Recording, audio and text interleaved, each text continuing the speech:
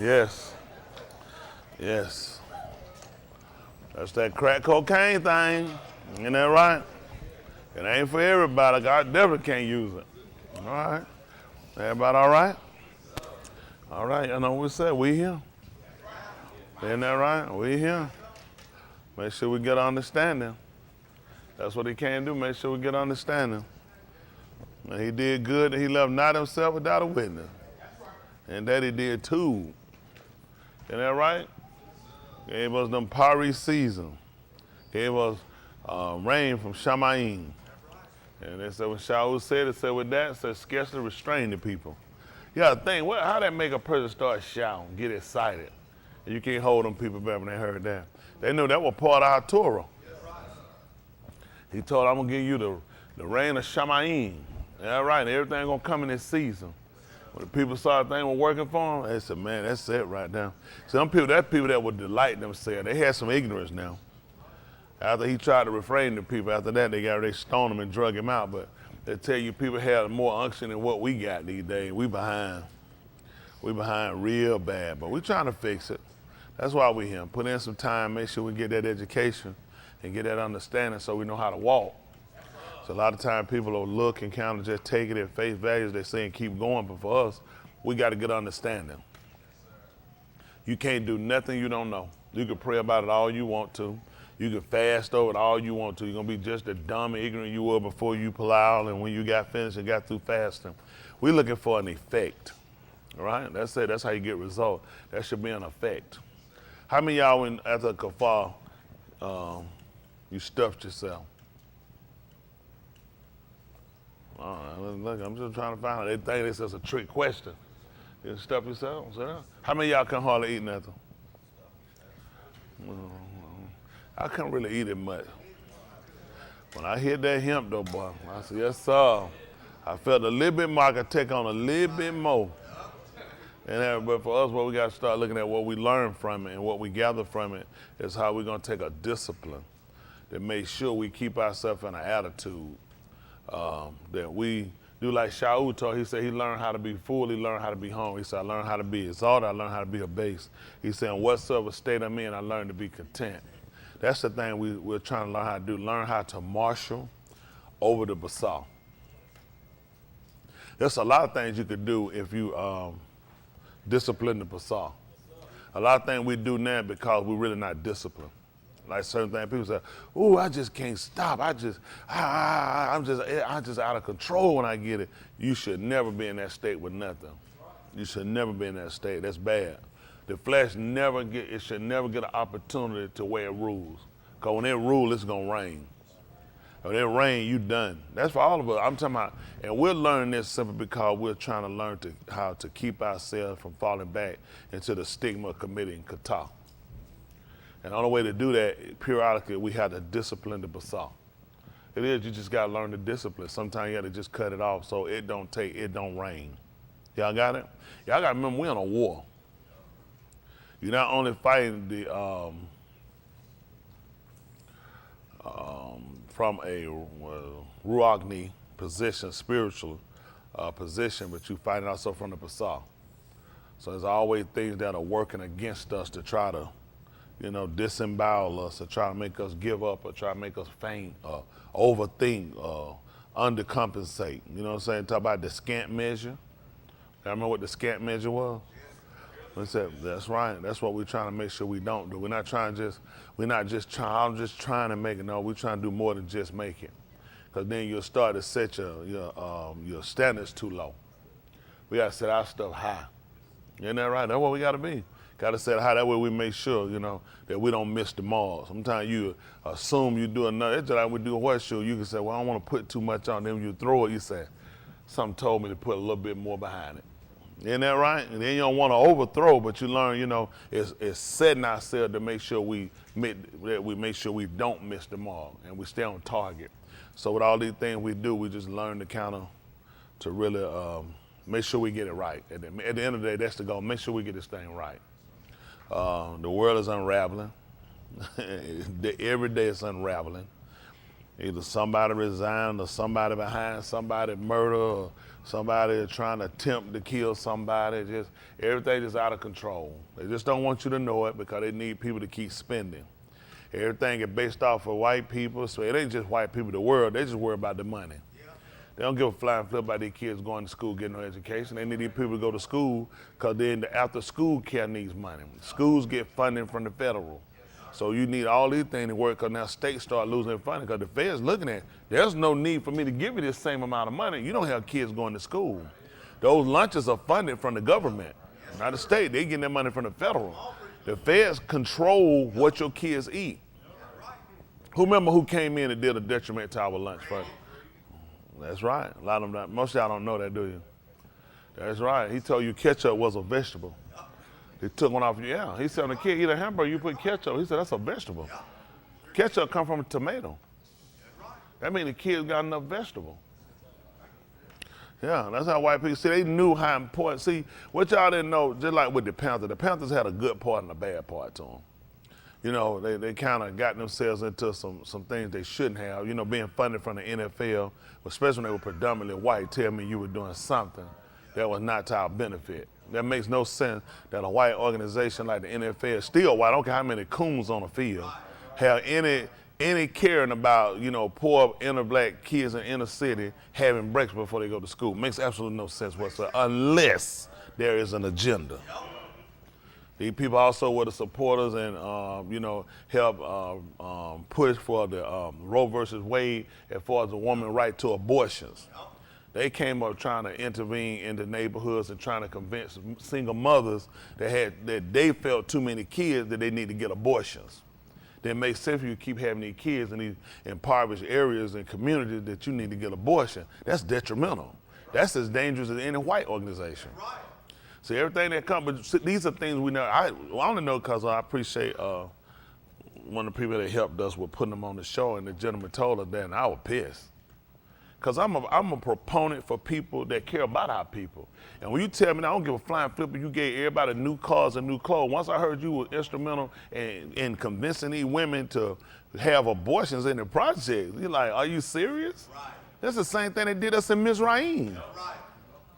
And that, mostly with the project, we were producing black men. Right.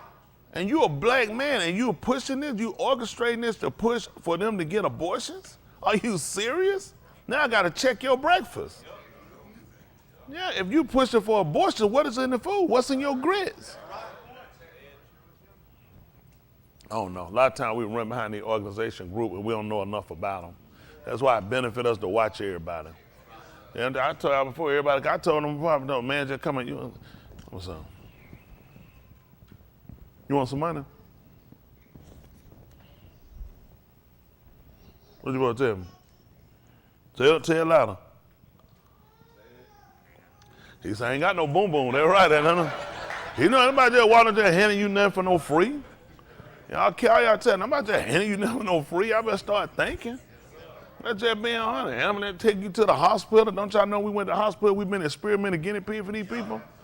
Come on, the hospital did more experiment than anybody. They do numbers. How you think they can tell you how many people they got admitted, how many IC beds they got, and how many people they can take? How many people tested positive? Why they getting it from the government? Don't get it unless somebody give them the information. Why y'all think they get it? The government don't know more than what you tell them. The government gets their information from local institutions. Yes, they don't know no number. How the FBI can't come up with no crime stats unless they get it from all the police stations and everybody giving all these people got to report their numbers. Yes, there's no way in the world you can know who doing what unless other people reporting your information. That's bad for us. It's just stuff we got to learn how to do. I just got to kind of sit down and just think about it. I just got to think about it. But we can do it. It ain't nothing we can't do. Well, you know, I got to get my people on board to first recognize there is a problem. We need to probably go back and look through these organizations and people that we felt like were helping us, just like Dr. King. Older black people, like my mother age and older, and around her age, and Uncle Ted and them age, all these people thought Dr. King was for us. Dr. King was detrimental to us at some point, because he was funded by white organizations. They white unions don't care nothing about. Where do you seen unions come out here and do something for the so-called Negro? They don't. They work for their benefit. You know what they got people to do and we didn't pay attention to? They push the Negro to come into the polls to push the Democratic agenda. But these folks don't know no better. I know they don't know no better. I know y'all not smart. And ask me who taught me this. Absolutely none of them. Absolutely none of them. I'm a watcher and observer of these people. I pay attention to key things that these people do. Dr. King was pushing the agenda of a white organization. If you look, he was trying to get you guys to vote. Dr. King was not trying to get y'all to vote Republican or independent, or it was these weren't in the libertarian. You will push the vote for the Democratic agenda because unions are sponsored and paid for from the Democratic Party. If you're in any union, they take a part of your union dues and they give it to the Democratic Party. If you're a part of a union, that's why some white people want to join the union. You know what you say? Oh, racist cracker. They look, I'm not a part of no Democrat. I'm not a Democrat. I'm not supporting no Democrat agenda. Most of our people know. How many of y'all didn't know that? How many of y'all been a part of a union? Should I help start a union? That's how I learned how dirty bastards are. I'll tell you, I don't work with these people. I don't watch these people. I told you one time the company went hiring. The man, listen, this is from the head guy to you, team union. He said, listen. He said, I know how we're gonna get you on now. I said, they weren't hiring. He said, yeah. He said, what we can do, he said, we'll get with the company. He said, we'll get them to do a trade out. I was trying to figure out a trade out. He said, we'll get them to pick somebody they don't like and get rid of them. Listen, the man is telling me this. He said, I was trying to figure out how they gonna get rid of the man here in the union. He said, what we'll do, we'll underrepresent him. Let me get this straight now. Unions are fighting with corporations and companies for the betterment and the welfare of the employee. The man told me what they do. He said, we do this from time to time. He said, we'll let them pick the thing. Somebody at that company was going to be targeted and don't know why. And the only way they were going to do it because they were going to swap me out for the person. He said, when they bring them up, they're going to call their union. Oh, don't worry. Oh, I'm calling the union. You think and they don't have no idea that the union and that company have both set this whole thing up. And you know they're going to tell them, yeah, they got a point on that one. But you can get somewhere else, though, and move them around and make them think they helped them. Now, you ask yourself, how many times have they gone on? Let me tell you what these guys have done. I worked with General Motors before. So, dealing with a supervisor, he retired. He was running the company. These guys, this is how these guys set up. This is how I know this stuff. These guys, before they walk away from the corporation, this in the corporate, and he's on the higher end, they set up, they'll go in and they'll set the company up to say, what we got to do is we got to start transitioning, okay? We got to start outsourcing. In-house is killing us with the benefits, with the time off, everything. We need to just set up and start outsourcing. Now, when they come up with their plan, they've already set up a company that they own. That now, since they're in position, they control it, they're going to move out these jobs to a company that they have. So now they're getting ready to walk and retire. Now I'm on this side, and I set this up. And the people they got coming up behind them, they're promising these guys jobs when they come out. So that way they make sure there's no turn, because the next person coming in can say, this is a dumb idea. Who set this up? We need to keep these jobs in-house. So the people come behind them already know, when you get ready to retire, you come out, you already set up. So they constantly eating. Listen, we were talking one day, he told me, he said, you can get rid of a union guy. He said, yeah, he used union guys to get rid of them. He said, I got this guy, he pissed me off so bad I didn't like that guy. He said, I got him on performance. I saw him perform. Listen, so I told him, he said, what I do, he sit on the line, he put his stuff together. He said, when they get down the line, I had another man to take it apart. Listen. I said, what? Listen, the man assembled his part. It go down the line, another union guy take it apart. He just kept writing them up production. Fell on production. This guy had no idea. This guy trying to, I ain't crazy. Yes, you are. He said, listen, I got rid of him. I watched them. I said, these people do whatever they want to do. The union and the corporation, they just let you think that you can actually keep your job. They actually make you think you got a chance. All these people work together. This is business. I'm a union. I'm a union rep. I'm coming in. I'm representing the people. I'm telling Cam what he's got to do and he's going to do. And Cam tell me, okay, you forced my hand to do it. But there's a lot of people I'm going to have to let go in order to do that. Now, when he let these people go, guess how I get paid? From union dues. Every time a man walks, I lose money. So it's to my benefit to keep you there. So I go in here with this hard negotiation and then fighting with Cam and come out and make you think I did everything I could. I ain't no fool. I need you in here. I need you to work. I need my union dues. You know what happened when you striking? I'm taking money you gave me and paying you that I don't have that I effed up. We got to end this standoff. We got to get back to work. That's how we going to beat management, corporation. Out here ain't how we going to win and fight. Come on, y'all. We got to go back to work. That's how we going to get. I need y'all niggas working. Y'all cost me. Don't you know I got to pay y'all every day y'all on this street? Yes, sir. For gas? See, most of these folks don't know nothing about no union. See, most of y'all come and look, I done help to start and organize. Yeah, that's how I learned how dirty these bastards are. I realized this whole thing ain't nothing but a game. These people have no idea they being played. They don't have your money. They F your money up. All these people working together. That's why Joe Biden working, he need to make sure he's going to please the unions. He got to. Hello? Because that's how they get their money. See, the Republican Party, them crackers just get their money up. They need y'all poor niggas. They need y'all to get these jobs, that these jobs come along and help sponsor to keep them in there. You don't even know you being used, and Dr. King was one of the people to help facilitate to keep you out here. All these bad policies you got and all these bad things set up for you came with the help of Dr. King. They don't want to talk about that, do they? Go ahead and read how Dr. King was a poor Negro out here marching. In the 60s, what you done tell you rich? What you were, middle class? You were making, trying to make it, wasn't it? How about you, man? When you were rich in the 60s? Doing well off? Dr. King wasn't poor. Had a poor man march for these niggas. Man had a driver, man was traveling. Dr. King wasn't broke. They don't even talk to y'all about that, do it. King wasn't struggling. King was getting paid. They paid him. And when King did too much, the union got on here behind, let him know, you better back off, you finna lose your funding. Oh yeah. King knew exactly who controlled him. He tried to man up at the last minute, but too late. Because when it come down to it, we can play the same game. All we got to do is let these people know what you do. We let your people know you sold them out. See, Jerry Hoover got a lot of bad rep on him. He was a dirty, nasty cracker, make no mistake.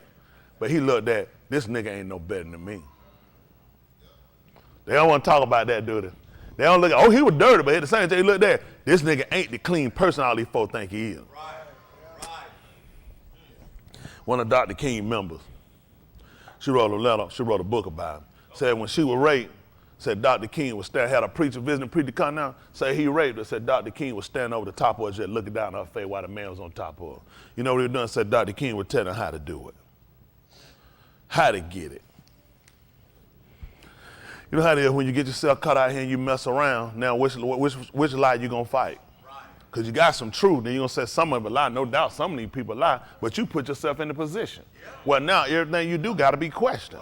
Let me get, is this fault, is this something that don't make sense that you would have possibly done? They never told her come along in the 70s when I would come along. I think I came into school since about 72, so that would have been, what, 4 years after Dr. King was dead. Started in nursery, coming through and stuff like that. They never told her Dr. King. They moved all them pictures away from him, smoking and drinking. Yeah. Y'all know that? Man, they got, listen, that joker kept us, look at them black fat lips. Dr. King was a good drunk. They never, y'all don't show you them pictures. You know that? Go through your school books and see they show you a picture with cigarettes and that man constantly smoking and drinking. Because it's an image you got to sell these niggas. Why don't y'all be like Dr. King? Dr. King was for black people. No, he wasn't. Dr. King was Dr. King. Let me say that. I don't think that and don't feel that he was 100% for himself. I believe that Dr. King started out with an initial intent to help our people, and some of it did in a sense. But at the same time, it put us back. Because we should have advanced a lot further than the little trickling dreams he gave us. The people he set up was his family. They ain't had to work a day in their life. We've been scuffling ever since. We were scuffling before King got in, we were scuffling when he left. Yeah. Moving up from the front to the back seat did what to the white man? Because the same fell was dropping in that same machine. Then as soon as we got it, the nigga went back to the back anyway. If I get on the bus, I ain't sitting up front, I walk to the back. I need to see who getting on. I don't want to sit by you anyway. Right. So they show you your fight is meaningless. Because what did you, instead of what he should have came on and said, why don't we get our own bus? Yeah, that's right. King was smart enough for this, but King knew these people control me. Yep. Why y'all think he said he integrated his people into, how did you integrate us? You mean you know you led us into a bad situation. Right.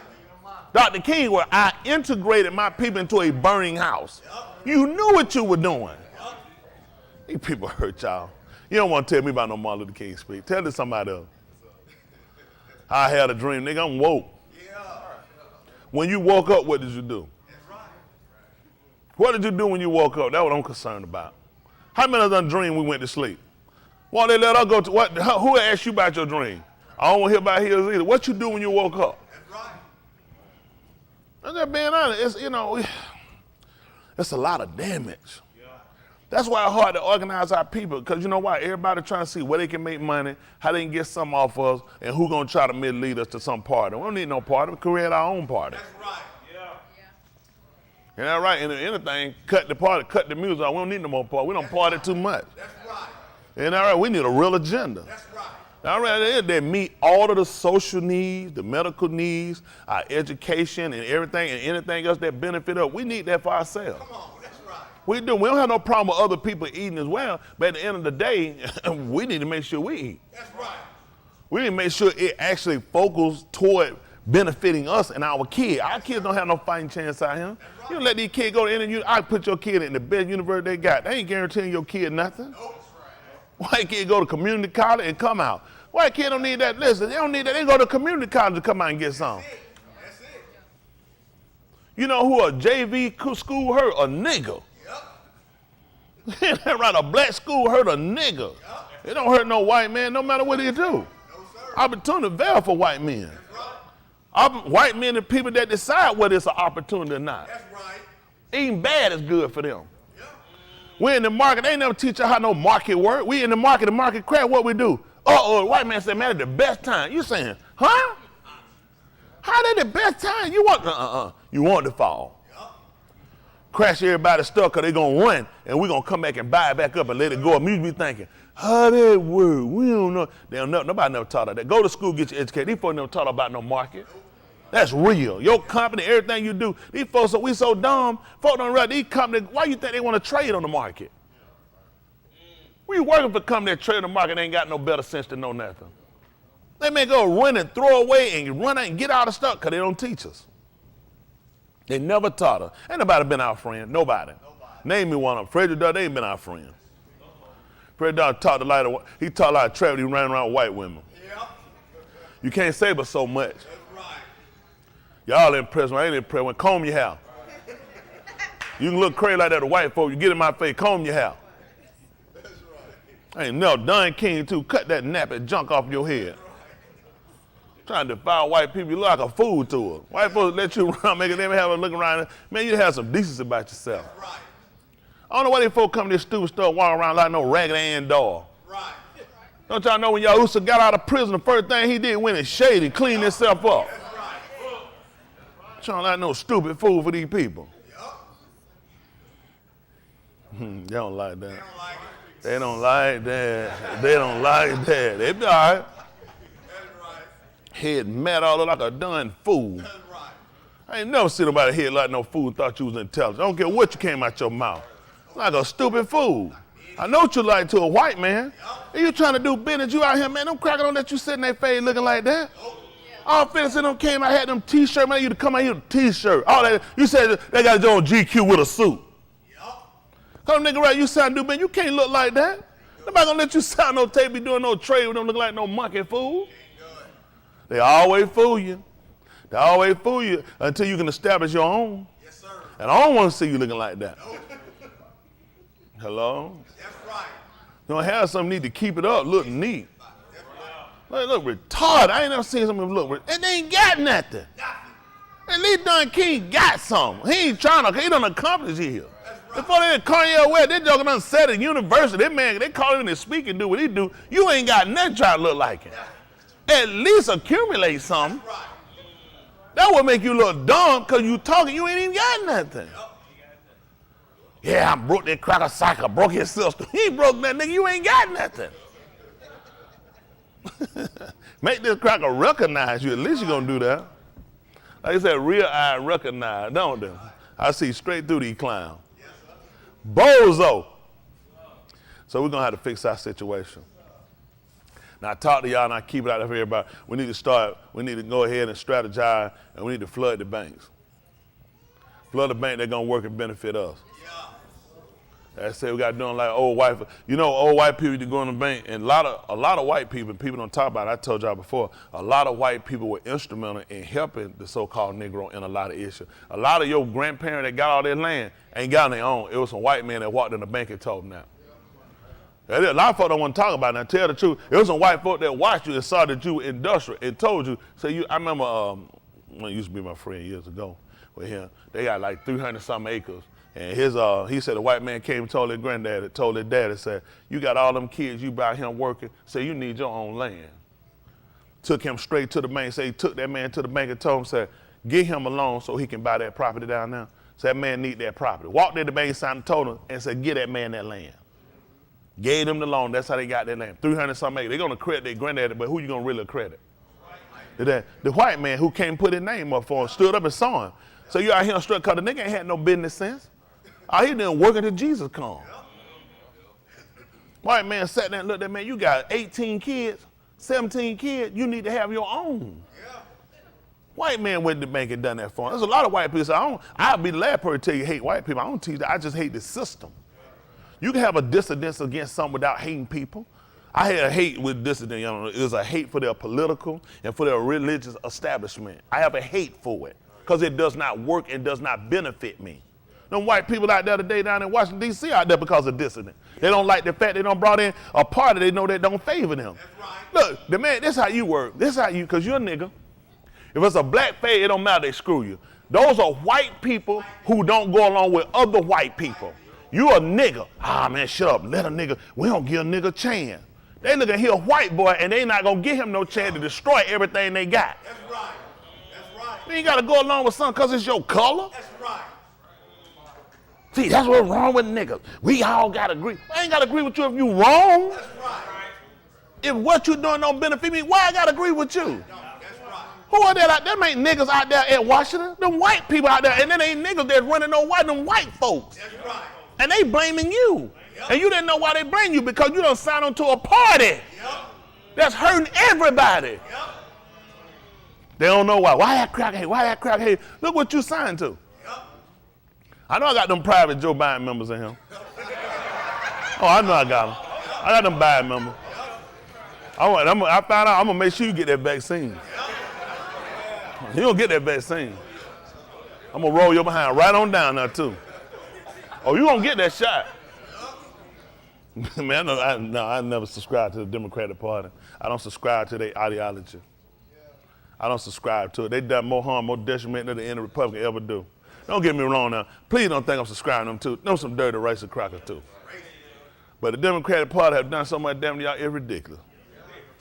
They have done a lot of damage to us. They really have. They done a lot of hurt to us. Anytime the Democrat come and give you something, it's something else associated attached to it.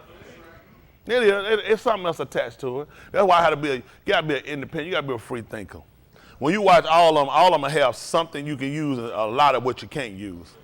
So you gotta learn what you can take and what you can use. Y'all gotta, listen, anytime they put somebody in office, in corporations and unions, it's because they benefit their agenda. Who you know benefits your agenda? Then I wouldn't vote for them. That's right. If you ain't gonna help you think a business finna help put somebody out that ain't finna help their business.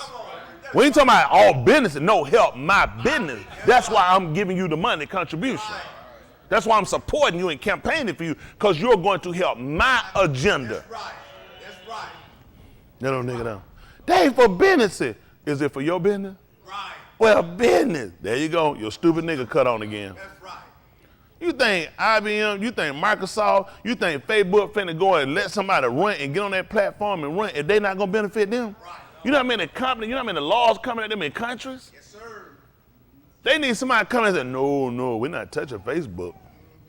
No, we're not gonna do it. It's not Facebook. We leave social media alone. We're gonna blame this on somebody else. The radicals in the street, because them people pay them.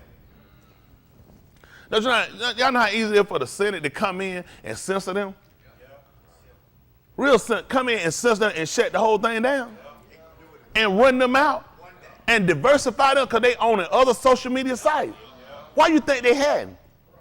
Bill Clinton broke down Microsoft and separated them. Because they called it a monopoly. They looked at he didn't favor Bill, he don't favor my agenda. So I'm gonna punish you. Y'all don't realize that. White people can target white people just like they target black people.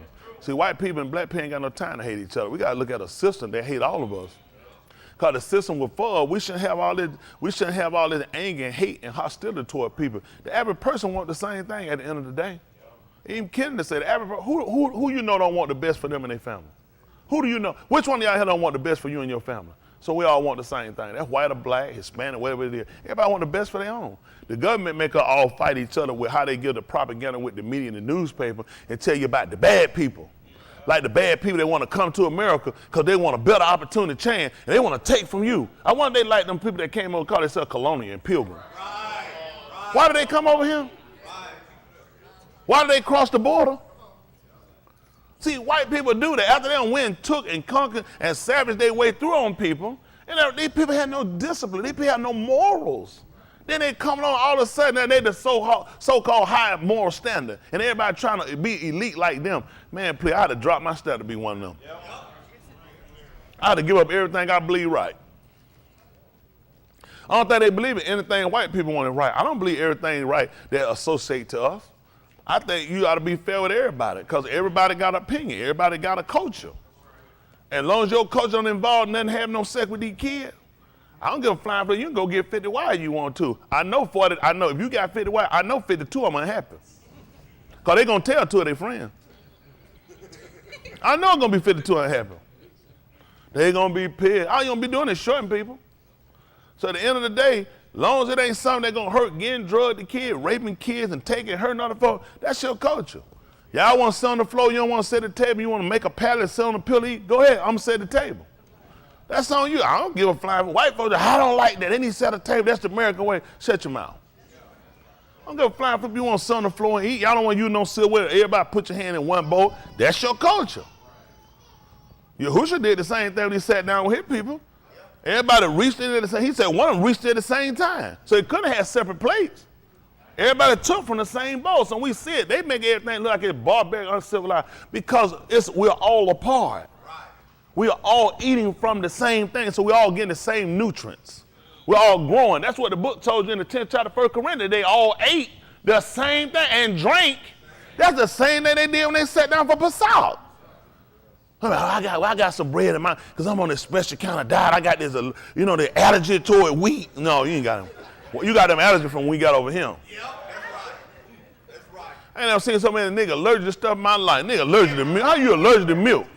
Everybody had a titty one time or another in your mouth. Nigga, baby, come up on a titty. Grown nigga men suck a titty. How you allergic to milk? Nigga saying stuff about lactose intolerant. Nigga, you retarded. That cause of what they done did to milk to run you off. Milk was essential, man. We had commercial. Milk does a body good. Strength and bone, vitamin D. See how they got milk away from now? Everybody breaking down. They've been plotting to kill you with the disease. One of the things you need to build up your body for immune system is the vitamin D that you got from milk. Niggas sitting around here drinking almonds. I like to put mine on my ice cream. That's just true. Almond milk can be good for what it's good for. Almonds have a lot of essential health benefit. When it come down to it, you need milk. Hello? They did. They just poisoned the milk. I mean, I don't drink it either now because it's cow pus. They done messed it up so bad. They done listen, you go and get you some regular milk straight from that cow tit, and that cow eats straw, and you'll see benefit from it. They trained up about getting away from that milk. I don't know why they full time. You know what? I'm just being, I was one on time. You know, you don't drink no milk at a certain animal that don't drink it. That man told her he was going to give us a land full of milk and honey. Now, why did the man even give the logic? What's the logic to tell about milk and honey? At a certain age, you get off the tip from the milk. And I'm a grown man, we here getting milk. Because how essential and what it promotes and what it does. These folks came in part. Listen, you go in any African country, these folks still drink goat milk. Yes, sir. That's right. That's right. They'll drink goat milk. Goat milk, how with them in Africa? Yep. That's why they're healthy and stronger than us. We used to be like that. These crackers done broke us down. That sounds like lactose intolerant. How they gonna charge me more money for something he ain't got a bunch of it in now? You ain't got this and this and well, it shouldn't cost that much. Nigga, you missing stuff.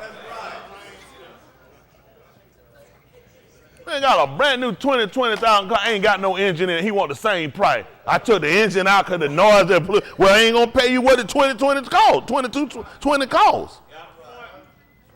Always mess up and dumb us down. Why you look so intelligent though? Yeah, you pay more for this because it ain't got all that in it. Well, you should be paying less. You missing stuff. Try to teach y'all how to shop. So that's why we need to get our own land. And we need we ain't hiding that. We need our own land, and we need to be able to feed our animals so we know what they're getting, and we know what we get when we eat them. A lot of this stuff they worry about trying to cure these people and get these people, a lot is the diet. Y'all might be there rocking it down. What time we started? 1:30? Well, he already rocking. What are you walking? That man walking. You probably pick up a little wind. I see Sandy got a coat on. She must be cold. That joke pushing wind back at him. That joke rock. That joke, he moving back now. See, that cause how he eat too. How he eat won't let him be able to stand still like that. It is a lot of that pay. It won't, because he'll eat a lot of burgers. What you eat more? A lot of burgers, quick, fast food stuff. He think about, I ain't being honest. Let me tell you what happened. And that's not Qatar for him, but see, that hurts us because that's what they count him doing. The way they fed you, that's how they know what they could do. Yep. That's it. Even when they locked up, who there was, Mashiyach. Y'all remember Mashiyach? How many of y'all don't remember who Mashiyach was? That's good, everybody remember. Mashiyach was a Nabah. He's the one that told him Malaka Yasharal about him going up to fight, to take Ramoth Gilead. And he wanted to know, should he go in or should he forbear? And he told him to go ahead and go up though. And he asked him again, he like, that don't even sound right. You ain't never been in my favor. He said, well, I told you what I did. I seen Yahuwah sitting, and he seen the Malachim coming. He wanted to know, who gonna go down and persuade you to go up and fight? He said, one said this and another one said that. He said, finally one came up and said, I'm gonna do it. He wanna know how you gonna do it. He said, that's right, I'm gonna be a Khazar. In the mountain, that's right, in the paw, every one of his Nabaim. And he said, I told you he won't never prophesy. Well, Nabuah, which is what they'll call prophesy for me. And he told him to lock him up.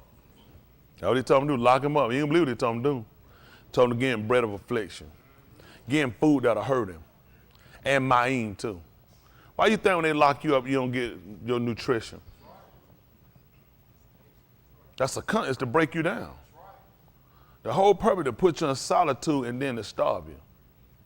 To break you down, make sure you're not getting, because then you can think, you can process. They call it rehabilitation. That ain't gonna help nobody. You don't rehabilitate a man, you gotta teach a man another craft, another trade. There's some people you can't rehabilitate, like that bastard they had who beat the whole family, burned him up. We didn't need no trial for that. Once we got the proof and a 100,000% evidence, we go ahead and kill you today. Live TV. If you can't stomach it, don't turn it on. I guarantee you, whoever's sitting at home with a gun and mad finna kill their family, put that gun up. So they just kill that nigga on live TV. That's what I'm just being honest. That'll cut a whole lot of this stuff down. You like raping women? We got one for you. Get that joker and strap that joker down and take a cane pole, that boy, and ram it through it behind, make it come out of his mouth. Live TV. You can't stomach it, don't watch it. You got more stuff than that on cable. That's right. I guarantee you, that nigga, I'm finna rent. Yeah, I ain't gonna be able to do that. Keep driving. You'll cut a lot of this out. Once you put them out and let it publicly be, see like they do in Saudi Arabia. They put them bastards right down the sweat and chop their head. You know what you be thinking? Boy, I'm so glad I'm living right. They be like, I'm in the wrong religion, but I'm living right. Living right in the wrong religion. That's it. You chop a nigga head out right there in public, folks see that stuff. North Korea do the same thing. He'll bring them out and kill them in public. What you think the public, even Yahuwah, they got it from us. You would have bring them out and stone them in front of people, so you know what? He said that all Yasharal might fear. These people ain't got no fear. Go lock them up and kill them. You just see a nice Google picture of them later on still living. No, see that bastard hooked up and still smoking? That thing cooking, that little helmet on his head in that wooden chair. And you watch that thing coming, you see that blood shooting down that face, they took a steel, and they kick that thing, the gut dot coming out. Kick that bad boy back on again. You be thinking, you said, boy, I gotta get myself together. That's it, you can cut a whole lot of this stuff out. All that run around just riding down the street, shooting in somebody's apartment for a gang initiation. We're not handling that. Take that joker, strap him up to his door, and put him inside of a abandoned apartment and just start letting everybody just lay off in the apartment. So that's what you do to other people. That's right. Give them what they get to other people. That'll end that. Live TV. They see that joker shot all up behind that door and messed all up, and don't clean them up, leave them right down. Leave right there. That's the family expense. Yep. So that's what your boy and your girl were doing, walking around shooting up in apartment with people, families inside the house. So we gave him the same thing he gave to them. He didn't give a flying flip when he shot through that he was gonna kill a whole family or a baby. And we didn't give a flying flip about him. We attached him to that door and shot it up. Y'all give me president, it won't take that long. We fix this country.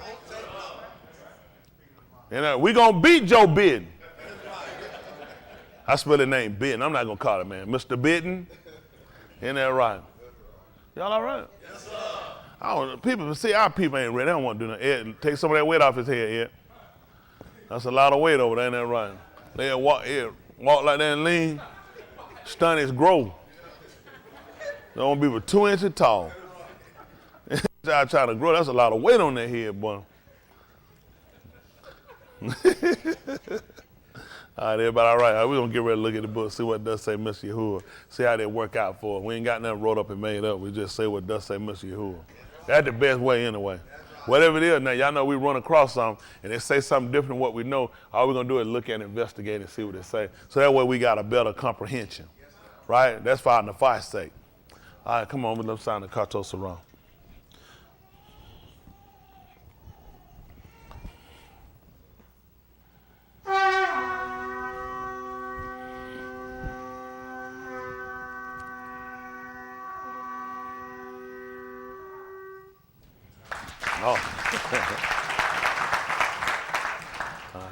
Oh, they said no alarm today, huh?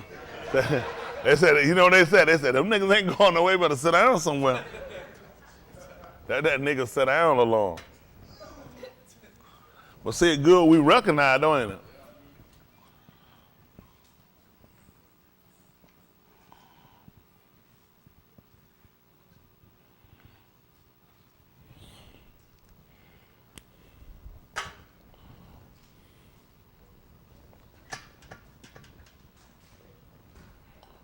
No, we got it right there. All right. All right. That's how they work out. Yes, sir. Listen. But whatever Nikata before, Was Nikata for our Lamed. to teach us, to instruct us. Did we look up teach? Let's see what teach is again, if we have. It's good periodically refresh yourself.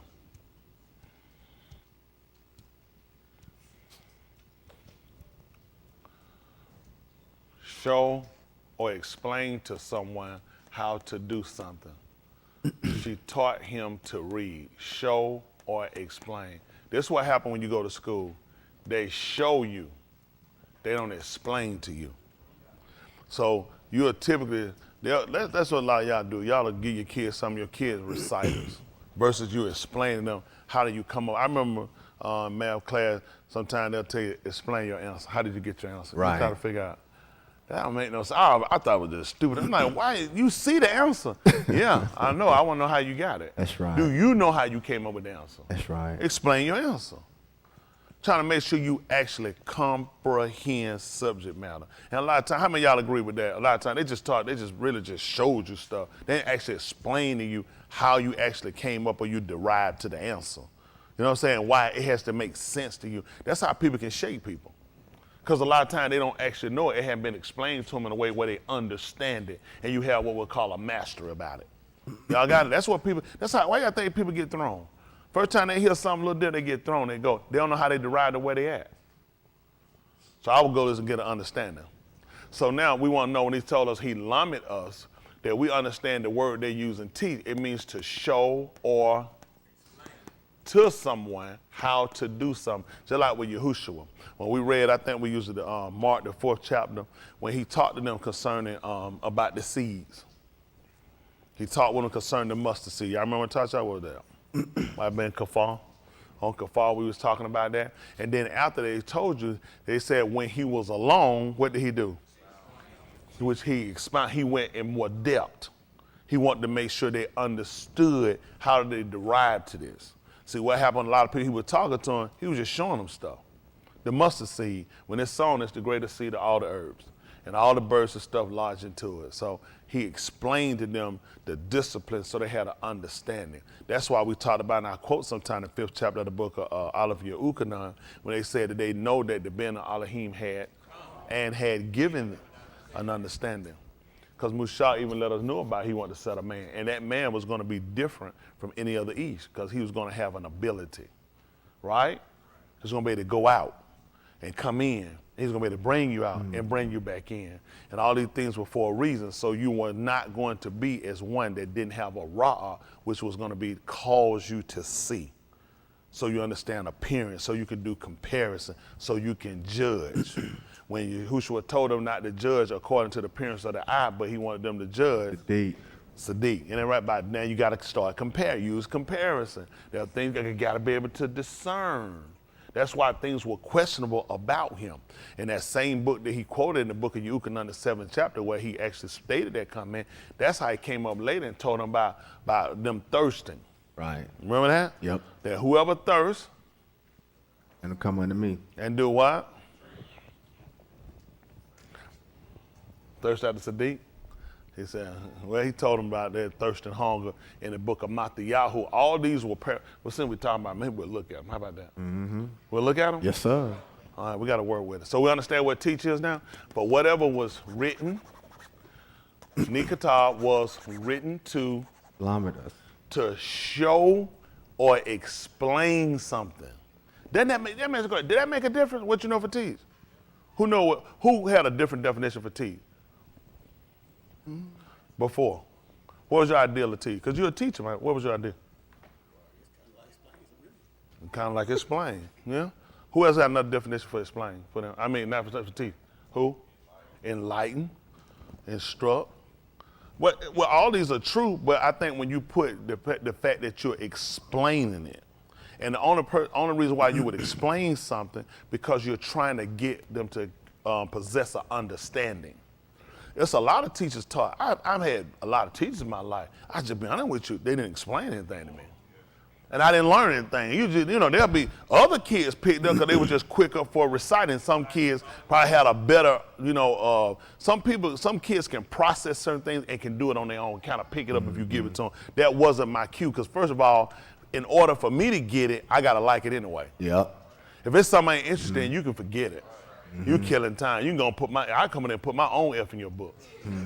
Cause I don't get it. It's not exciting, it's not invigorating, it's not inviting.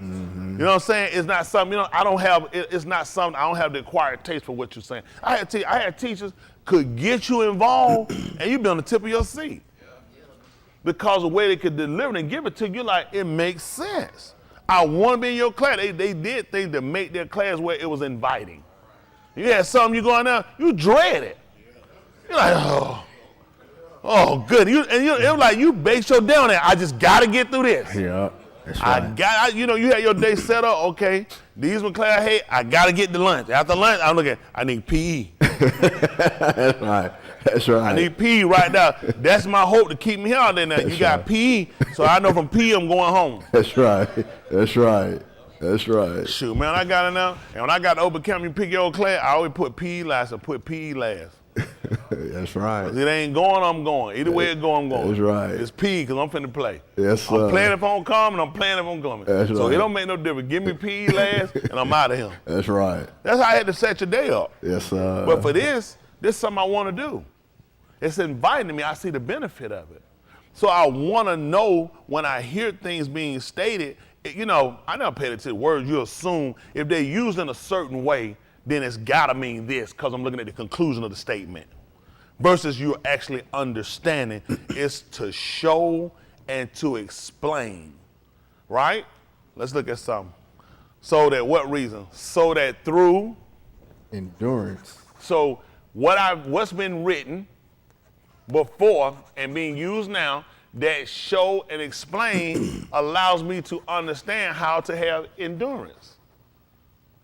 See, we just thought we just read something, and it captivates us or gives us the ability. But we have to understand what we're reading. Remember in Acts of the Apostle, the 8th chapter, when Philip ran up to the eunuch? Yes, sir. And what did he want to know? Do we understand what he reads? That's right. I see you looking at something. Can you explain what you're looking at? Can you explain what you're reading? And what did he tell you? I told you people were reciters. That's how most people are reciters. They really don't know. They can't explain to you how they're doing what they're doing. I don't know. That's what I thought. You just kind of following along versus you actually understand what you're doing. That's what the writings were for. We just thought you just supposed to, like, I remember people read the Bible in 1 year in 3 days. Read to that point. How much comprehending you get in a year? Right. All you did was read letters. Yup. And what messes you up, your books ain't even in order. They're not. So then you're going to be going, I remember the first time I read the book, I said, I read this already. Mm-hmm. And I didn't realize they don't copy things more than one time. Yep. So I didn't understand. Then it weren't in order. And then I was lost. Then I got to the name part. You just. That's right. Which is more than the genealogy, allowing you to know how things happen because it's important to be able to trace him back. When they came down to him, they gave us his age, his time period in the 3rd chapter book of Oriel. It started letting you know you went right back to what they'll call genealogy. And you went right to Tuladah, started going back, showing you from his father all the way back. And if you go back and check some of them now, those names will correspond with Shems you already were given to show you getting right back down to the gist of the matter that this man was the Ben of Elohim. Wow. Okay. So we get endurance and through the coon. That's right, consolation. There are times that we saw that Yahshua was victorious and other people that actually trusted in him. So that helps me to not give away. Well, I think people, and you might not think it's important, I have to remind myself. You have to be on a constant reminder of yourself. Otherwise, there are things that will come and it'll shake you. You're watching other people fall away, and what you'll do, you'll follow the same protocol. Other people done gave up, other people done quit, other people done stopped. That's where they at. They're comfortable with their latter end. I'm not comfortable with my latter end if it's destruction for me. I got a lot on the line, and I'm gonna keep it on the line because I'm actually looking to obtain something. But I gotta understand what I'm trying to obtain. Oh Lord, give us the Holy Ghost right now. Of course, won't be the Lord, just simple, kind of simplistic, because that's what people typically say. You still have to break that saga, that kind of thing we have that we just call him Jesus. No, we don't call you, no, these are not the same people. No. Jesus is not Yahushua. Mm-mm. So for all those people, this dumb imagination, that's who we talk. No, we're not. These white people intentionally gave you something to get you completely off. That's right. Well, it's not just a name, it's an attribute. That's right. So they taught you about him wrong. That's right. So it's not they taught you the right person, gave you the wrong name. Let's get past that lie too. They taught it to you in a wrong manner, so they didn't explain it to you and they didn't show you anything. Look at the images they gave you. Let's see, to teach is to explain and show. Who do they show you? White man. White man. What did they explain to you about it? Loving everybody. So it was no way they taught you nothing. When they kind of plan us out there, and all it was a name change. Mm-hmm. It's a totally different culture. It's a culture involved. Look at just how we looked, and he talked about the fathers eating sour grapes and their teeth were set on edge.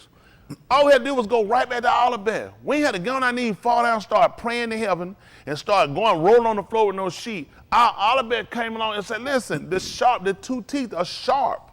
So what they did has dull, they're sharp, they're not as sharp. Isn't that right? So things happen. So now we're trying to come back and captivate this information so we know how to walk. So we understand our relationship and how detrimental things we do are to our children, and how our children do things that are detrimental to themselves. That's where we're at. All right? So through Nakum, which is consolation of the Ketubim. of the writings, from right back here of the writings, we might have Tikva. Accord. That's the truth too. Let's look at something. Let's say the 7th chapter of the book of Yehukanan, since I was talking. Yehukanan 7.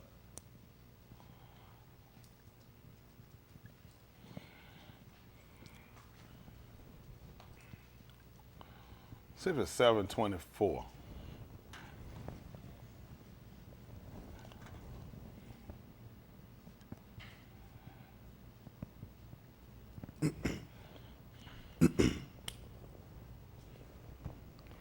You know what? They could have possibly got the story of Cinderella from him.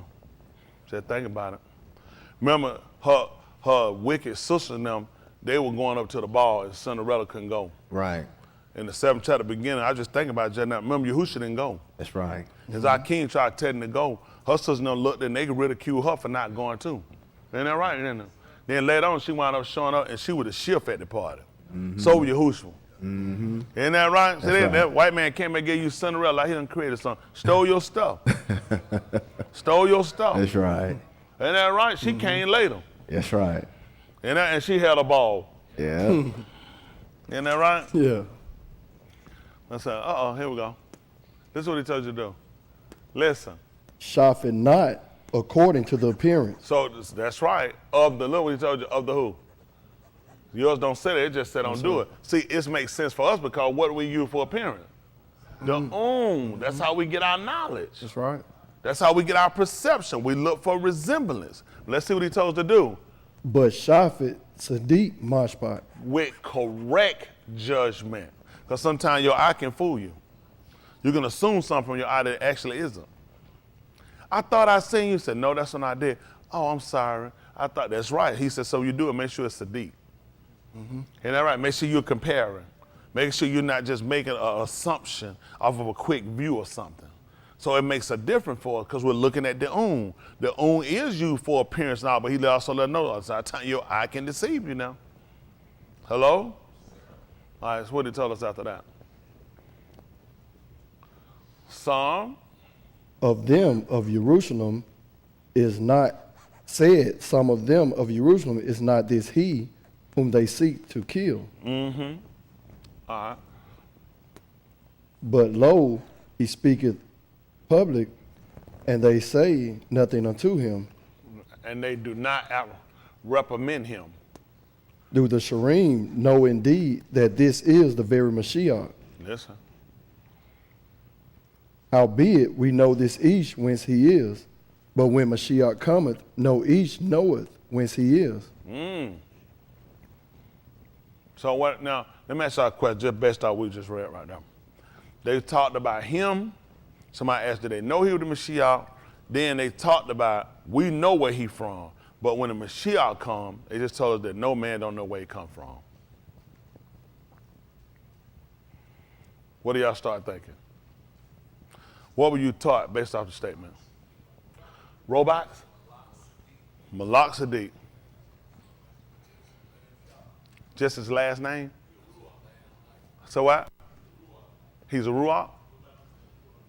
That's what I need. The man. He told y'all about a man. What knoweth a man?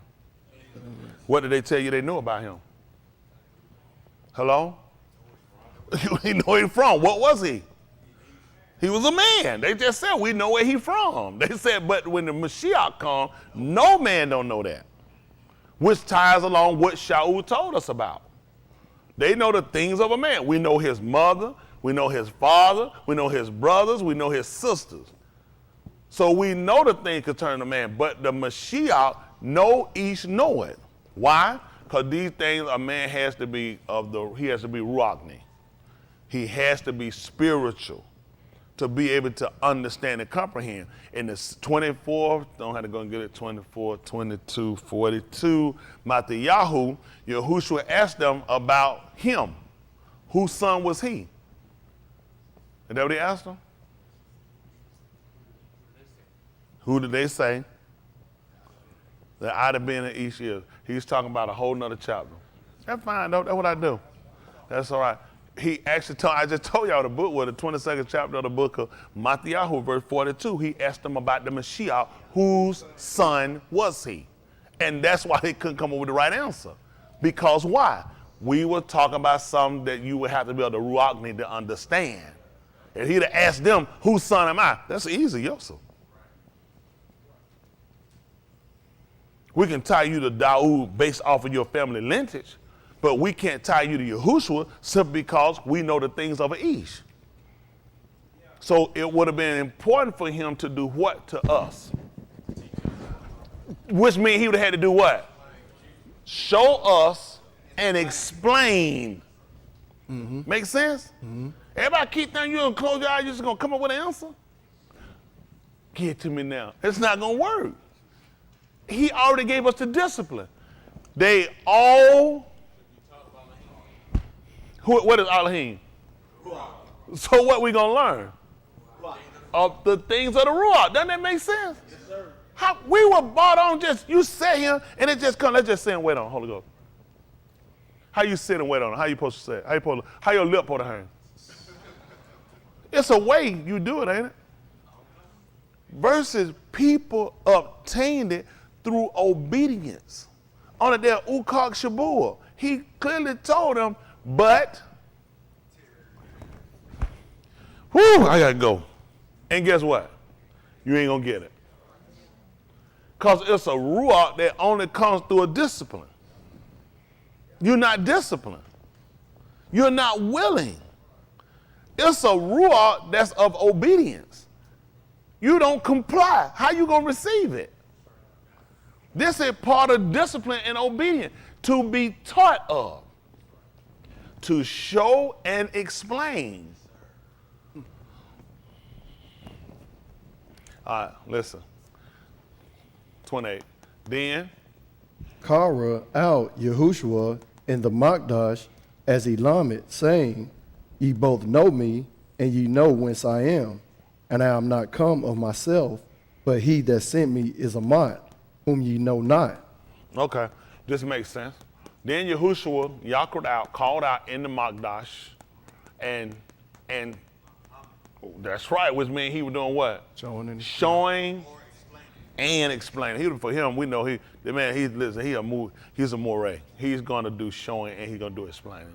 He's gonna use examples. Yes, you know me. You know where I am from, which means what do they know? Amen. See how we pick that up? Mm-hmm. How they didn't know he was a God and he said they know where he's from? How your mama didn't lock her legs when your head shot out? Because you're supposed to break the neck of an ass. He said you cannot offer an ass. If that's the first thing come out, you got to break the neck. Anyway, but I have not come of what child is responsible for their birth?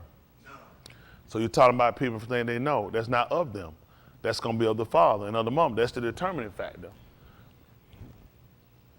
Surely the one who sent me is trustworthy, and you do not know him. And that's why we had a problem in the derision. All right, come on.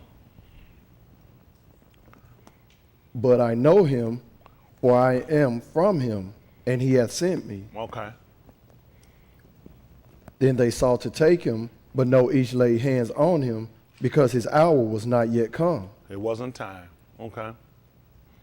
And many of the among on him, and said, When Mashiyach cometh, will he do more miracles than these which this each hath done? Uh-oh. Let's just start doing, what are they looking at now? That's right, they're comparing. Not just discerning, they're discerning, they're also comparing. Because now we're keeping up with what he's doing. Now when the Mashiyach comes, is he going to do more than this? Which means from what they knew, from their statement, they didn't think it had come yet, some of them. Right. But they were already aware of what he's done. And now when the Mashiyach was to come, what were they going to be doing?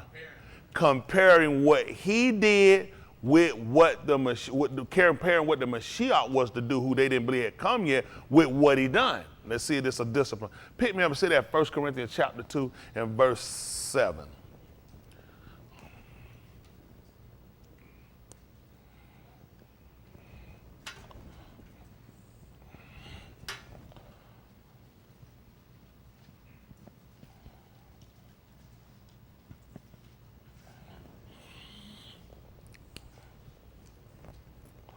Okay.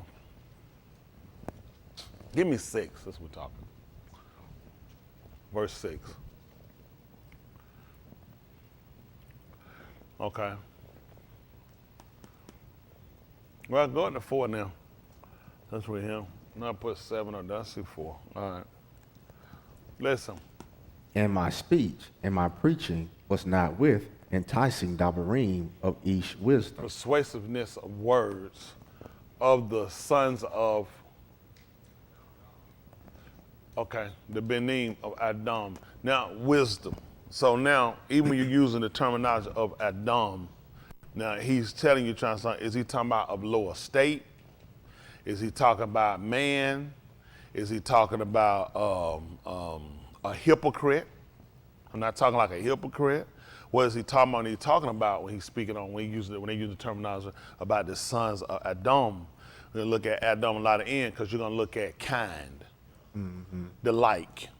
So you're gonna learn that first. You should have learned that in Bereshit when he created every ox. After his kind. So remember, after it's kind, meaning the ones got to follow that same trait.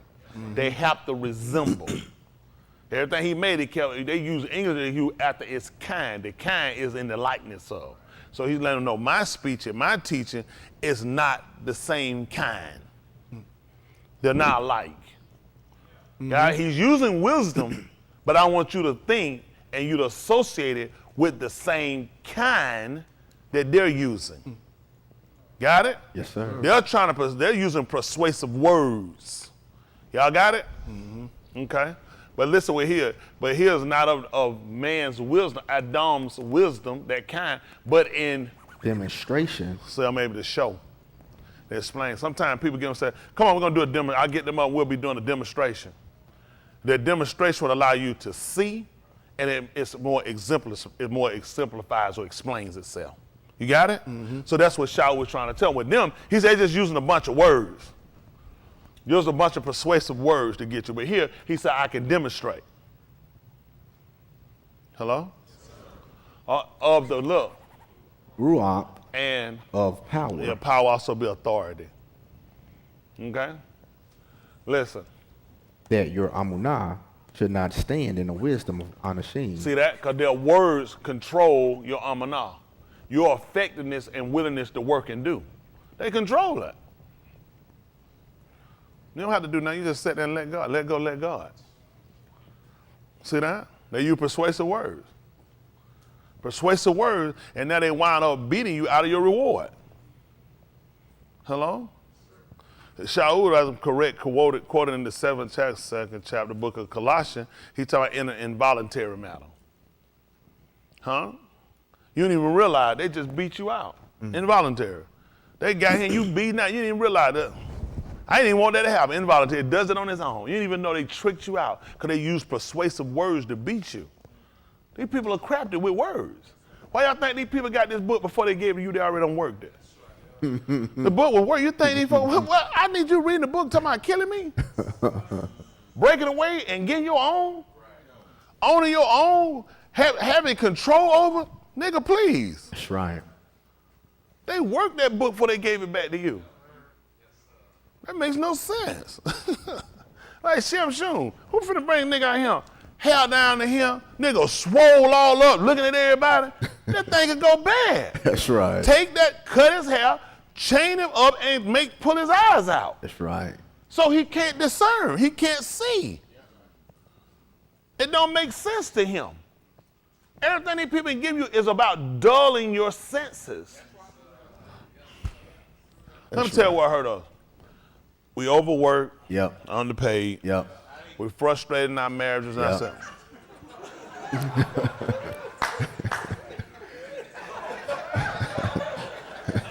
that's tight. Again, the definition for Adam, man of low estate, hypocrite. That's right. You got to be ready for everything again. So now, you know, the purpose of these people giving us all these different things that we try to do, like, you know, trying to make it is a given a natural. And sometimes you just give up at doing it because of how much it costs, how much time it takes to do it. But you can't look at the end result of why you're doing it. In doing it, we wind up putting so much on ourselves and stressing. When they get time for us to come here, our minds are still turned on what we got to really face. What's the real reality when you leave here? That word. You behind. Yep. You got to get back. How much stuff you got to do? A lot. That's because that's where they put us at. They keep us where we're in a constant way. You like make you dread and regret. Yep. It ain't never a good time. Just like when they came down the book of Kaki, when they want to know about building the Beth Elohim. Only thing, nobody was against building it. Nobody said it's stupid, it's dumb. It was on the one situation. Who know what it was? Not our time. At one time. They said one time. Yep. They looked, that man about to slam. We busy, we going. When he had the Muhar, he tried to invite him to come. What was the problem? Everybody said, man, stupid, dumb. Man, Moshe dead. A light of it. If I could just miss this one. I got so much stuff I got going on. And they wind up missing out completely. So they overran us with so much stuff to when it hurts us when this is the most profitable thing we'll ever get and have gotten. But because we done got ourselves so interlocked in so many other relationships, those are job commitments, other stuff we got, other things we try and do, other things we got. When it comes down to here and we finally get a time to sit that long, I'll get some rest. You ain't got to say it, many of your body say it. Everybody say, man, I ain't had that much time to sit down and not do nothing. I got to go out. Because every time you got to keep moving, got to keep moving. There's something I got to do. I got to do that. I got to get it done. I got to get it done. I'm trying to be ready that week. I got this guy going to the weekend. I got this going to the After a while, it breaks us down for him. They know it. White people set themselves up for early retirement. When we retire, we die. That's it. It's true. You got people in some job, they retire, they die. Model worker, they die. You drive a model bus, but you better quit. Don't retire. You're going to die. You're going to die. There's some job you get. General Motors and Ford kind of, a lot of them folks don't live, a lot of them folks kind of, since they died, 2 months after he retired. That's right. Maybe so beat down at one time, especially the one that came in the 67. That's when they were doing the heavy work, dealing with the metal, them windshields and doing it before they got all the equipment, broke down and died. Damn, that's right. The older one that came through, now they got new modern stuff, nigga, damn, them niggas live forever. Forever. The old boy, you had to pick that stuff when you in paint booth. They have all them exquisite mad now. They can block out paint and coronavirus at the same time. Nigga, you have sucking paint. You just have one look that them little mad we got. Man, paint steady going all across your face. That would kill a lot of them guys. And then a lot of that paint had the metal had other stuff inside the paint. They changed the paint, made the paint healthy. You can eat the paint, spray it in your mouth and keep spraying the car. Got nigga talking about candy paint, you can really eat it. They been telling nigga candy paint, man, you want that candy paint? I'm trying to tell you. Look at this. This is why they do in order to tell you for the purpose of that your amanah should not be in the wisdom of the Ben Adam after their kind, but in the power of Elohim. So then they're in authority. See, that's something we lack too. Power, when a person has power, has authority. Right. Okay? All right, listen. But we speak wisdom among them that are tamim, yet not the wisdom of this alam. Of the wholeness? Oh, he's okay. No, it's ha shalim. Let's look at this bicycle. I'm missing something outside of here. Because he's using wholeness. Can we look this up? Please.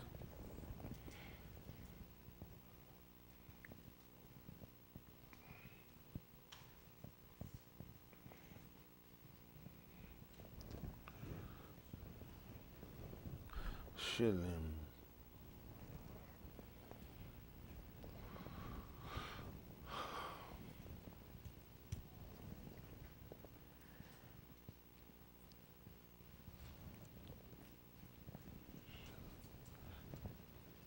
Shelim. requital, voluntary, sacrifice, and thanks. Let me look this up. Let's look at English. Yeah, requital.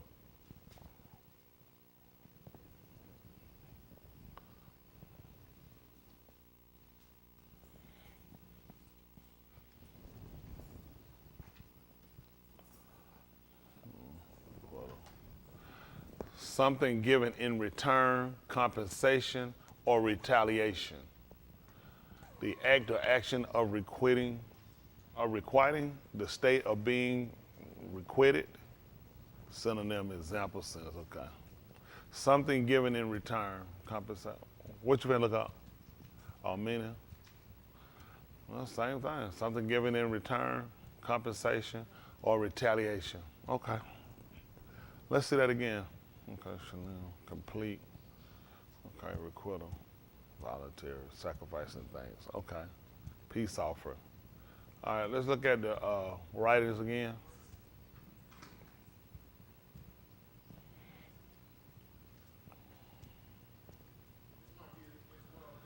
Shalem, friendly, literally.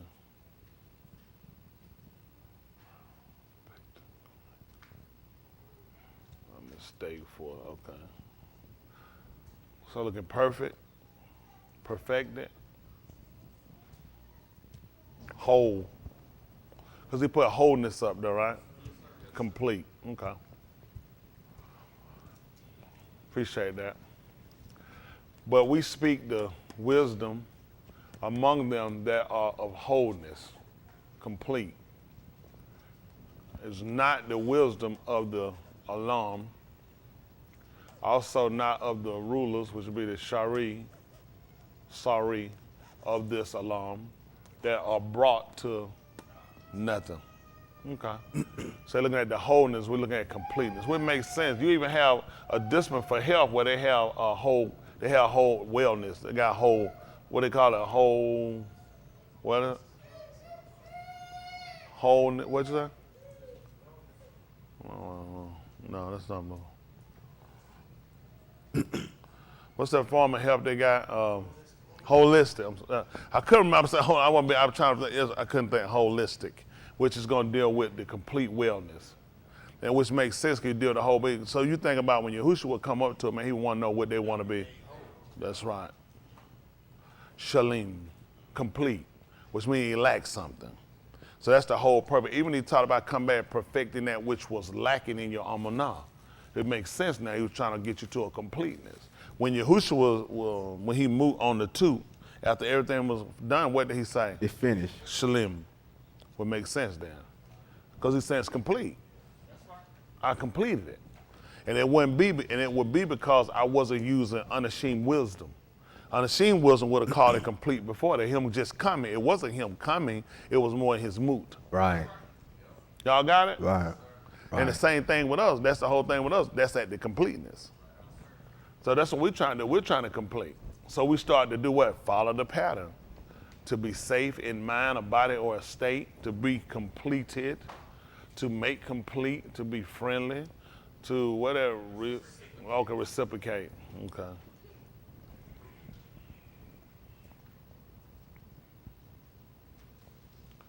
Shalom. So they do it with an E here though, okay, shalom. Wholeness is not a wisdom, but we speak the wisdom among them that are of completeness, is not in the wisdom of the world, also not of the rulers of this world that are brought to naught. Let's see what happens. 7. Listen. But we speak the wisdom of Elohim in the hidden truth. Which he says secret, same thing. Having been hidden, Even the hidden wisdom which Elohim ordained before the Alam unto our kabul. Yeah, kabul. Okay. Come on. Which none of the Sarim of this Alam knew, for had they known it, they would not have crucified the Adon of Kabul. That's what makes sense. Y'all see what happened? See, which none of them knew, because had they known it, they would not have crucified. Let me see this. which none of the rulers of this much knew, for had they known it, and they went not and crucified, they're done. Which makes sense, because even when you look at our uncles, when they did with Joseph, Joseph came and told them some stuff, but they didn't know it. To a degree they did, because they said they weren't going to let him rule over them. And what did they sought to do? Kill him, for the fact they didn't want him to rule. The same thing our uncles did, and they didn't realize to the end. When their Abba told them to go and make shalom with him. And he told them that what you intended for, what was it? Rashi. Elohim. Intended for good, too. That's why he hid it from them. That's why he hid it from them. If things had gone another way, we wouldn't have been able to come out for the famine that was coming. Right. I was talking to my daughter the other day, Brett, when she do right. Exactly. We just talking how if our life had gone a whole nother way, would we be him? A lot of us. I told y'all years ago, if everybody, who all had got bad stuff in their life that happened, they regret if they could have changed it, they would have changed it. And that's why he didn't let you, because you wouldn't be him. What was the purpose of them going apologizing to Yosef? They regretted it, but had it gone any other way, Yep. he said it saved much people alive. That's right. Them killing him saved us. That's right. So we'll spend more time beating ourselves up on our past more than taking our past and improvising so we have a better future. You can't always go back and change things you've done. And it's intentional. It makes you now consider. That when getting older, you get wiser because you look at all the mistakes, all the decisions you made, look at what you could have done differently. Right. You look at the things that did work out and things that worked out which were good and great decisions. And that's what we learn from. And that's what makes us better and stronger people. Because we all got past, right? I tell people all the time, it's bad when your past is still your future. When it's Right. the negative. So we grow from it. And not only that, other people learn. Guess why they learn from it? Let me see how they'll learn from it. Because they'll see it, and it explains itself better by seeing you. By watching us go through the mistakes and the errors we've done sometimes, it helps other people to learn. That's it right. teaches them. Right? Yes, sir. To show and explain. That's now right. some of us get up and we confess our faults. So we can explain what people saw. That's right. So they can see what not to do. And guess what happened? Now other people are learning from us. You don't believe it. Whatsoever things were written aforetime. Written for our Wow. That we through endurance. and Nakum. might. Have See, tikva. we learn from it. Because we go back and look at it's more somebody says some things are self-explanatory. Hello? So it was imperative that they looked on Yahushua Right. and watched the whole saga. Because it explained some things to them they weren't unsure of. Because they had other writings. They already knew about the arm had got bitten by Nakash. They knew about that just like Adam in the garden. They were bitten by the Nakash. And they moot. Then he took the same Nakash and nailed it. It's like, how did that work? The thing that came in that killed, that caused moot on the people, also gave them Cain. And they looked at Yahushua coming down. They felt like Yahushua was killing them. And they realized that was the same thing that actually gave them life. Right. Hello? Yes, sir. It is.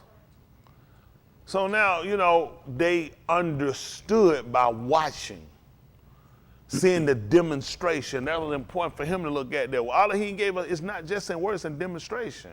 That's why when things came to us, he would give us what we would call parables. Things that you can compare it to. Whether it was seeds or whether it was animals or whether it was certain cultures or whether it was certain tools, ideas, getting you to understand that how he used them to explain them to you because you only know things as a man. And then we learn how to translate that over and get a better understanding about how the Ruach works, the spirit works. Okay? Okay. Let's see. So which none of the rulers, Sharim, of this alarm knew, for had they known, they would not have crucified the Adon of the master, the one rule. Then Yosef wind up ruling over them. Yes, sir. There's no way in the world they've done it, man. You gonna rule over us. Ain't no way in the world for do nothing stupid like that. Right. So it's gonna be important for you not to know it. It's gonna be important for you not to know it. Right.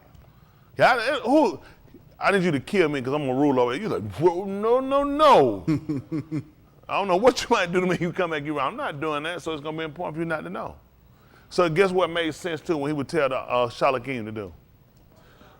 Don't tell nobody. Let's see what happened right quick. See if that 16, 11. Matthew 16:11. I ain't said King James.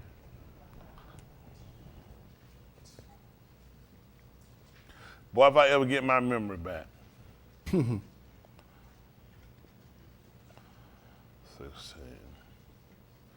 10, 9, 11, so take it. Based off of what we're hearing, okay? This is 16:11. Listen, Matthew. Listen. How is it that you do not understand that I spake it not to you concerning Lacom, but that ye should beware of the leaven Guard yourselves from the leavening of the Parashim and of the Sadducees. Saddukim.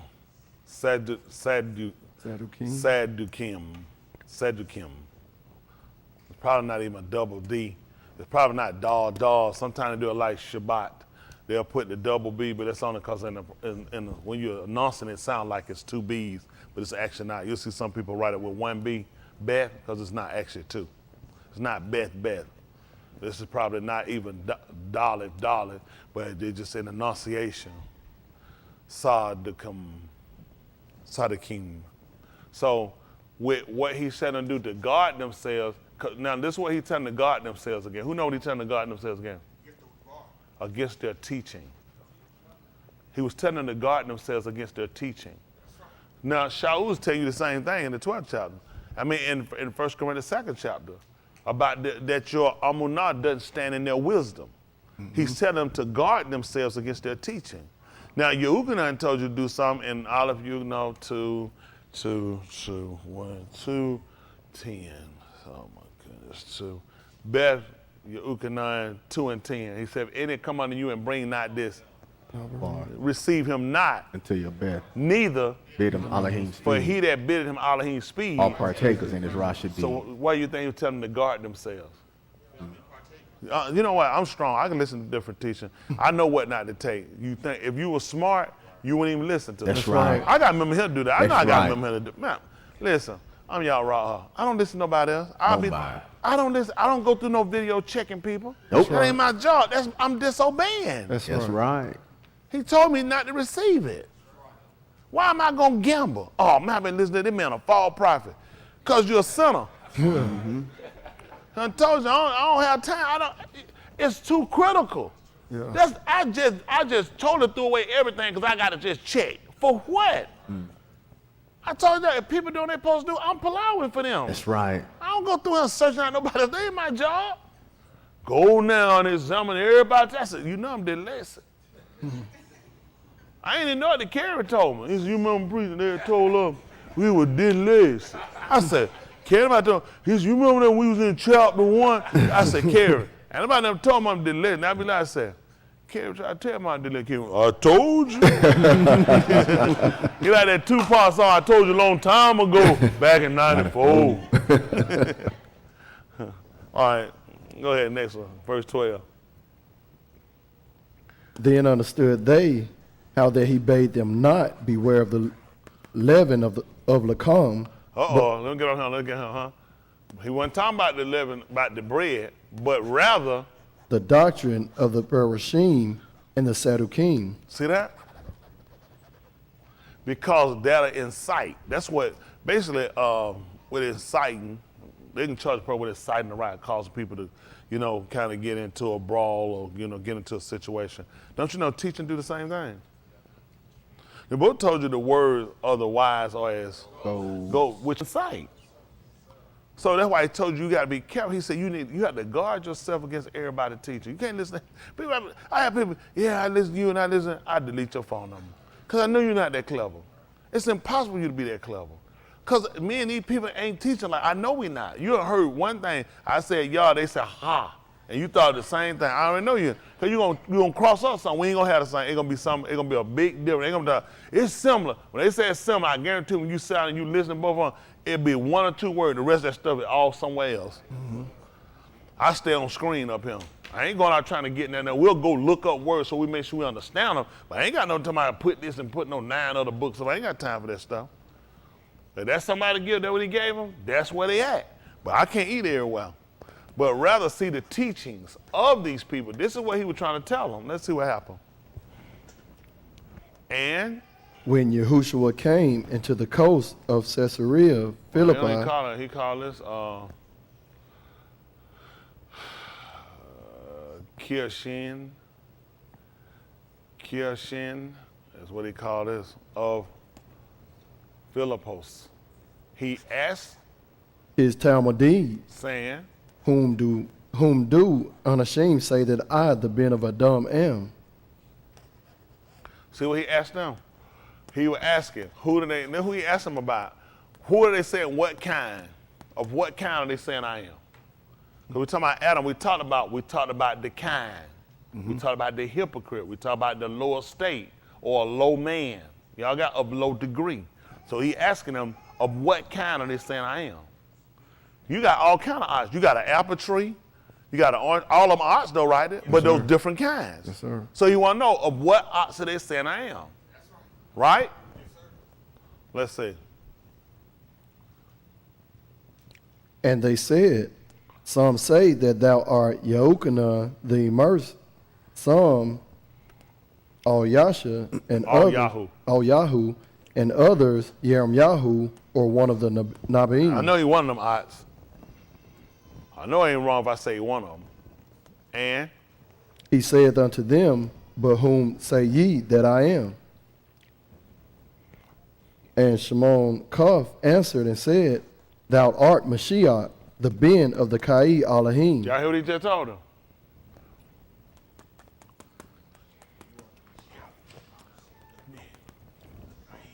That's what he told him. Listen. And Yahushua answered and said unto them, Baraka art thou, Shimon Bar Yuna, for Basar and Dom had not revealed it unto thee, but Abi, which is in Shamayim. Does that make sense? Yes, why? That's right. You couldn't tell that from the Basar. That's why you heard what he told him. He said, you picked it up from my dad and them house. You heard them around the house call me, hey, she. They call me she sometimes. They call me ma. What's up, ma? You know how you break word. You know nigga gonna break it there. What's up, ma? Hey, she. Ma, she. We just call him, short, just that. That's how we kick around the house, you know what I'm saying, with him. When he come around my place, that's what I call him. But see, he told you what happened, and that makes sense based off what y'all teaching. What was his initial question? Who did they say? That's who, the son of Adam. Who are they saying I am? Of the kind. What kind? Of what kind are they saying? And they all named out what kind it was. But when he asked Cuff did not name those kinds. He said, you are the ben of Elohim, and he let him know, and which more or less verifies what we're knowing, that the Abba had to show you that. That had to be given of the Ruach. Mm-hmm. Y'all see that? Yes, sir. That's what good teaching will do. That man had been taught. He saw example. He was there. Come on. So are we think the Spirit just came down right quick and hit him? He understood that through what he showed him, and what had been explained. You ain't just picking up stuff out no air. People, stop this. The man's a teacher. He's a moré. And from the teaching, I understand the words he said, I'm speaking to you, what were they? Ruach. So if the Abba revealed it unto him, gave Kazum, it had to be through the Debar. That's the Mashiyach there. He said, all right, that's the Mashiyach. That's what you said. I got to understand it. We know he had, listen, okay. When Cuff was hungry. The Anashim came down to get him, to take him somewhere. Knitted sheet come down. Where did it come from? Who told him to rise up and eat? What did he say? No. See, you pick it right up when they give it to you. You bust it open and start eating. It don't make sense. I don't understand. I see it. But you just dropped it down and told me to eat. You got to explain this to me. That thing, you know how these folks dumbed us down and messed us up? See, he questioned God. That's why he ain't say, see, he ain't going to make it. Shut your mouth. The man, how are you doing something that you don't know? It just failed us. So I'm to believe, he just kind of said, that's him. And he said, yeah, that's it. That's got it. What did he say? I got it straight from him. Just then, you picked it up too? No, it got to be explained to me. I got to understand. You got to show me so I will know. Let me see. You can walk this stuff. That's him. No, that's him. Mm-hmm.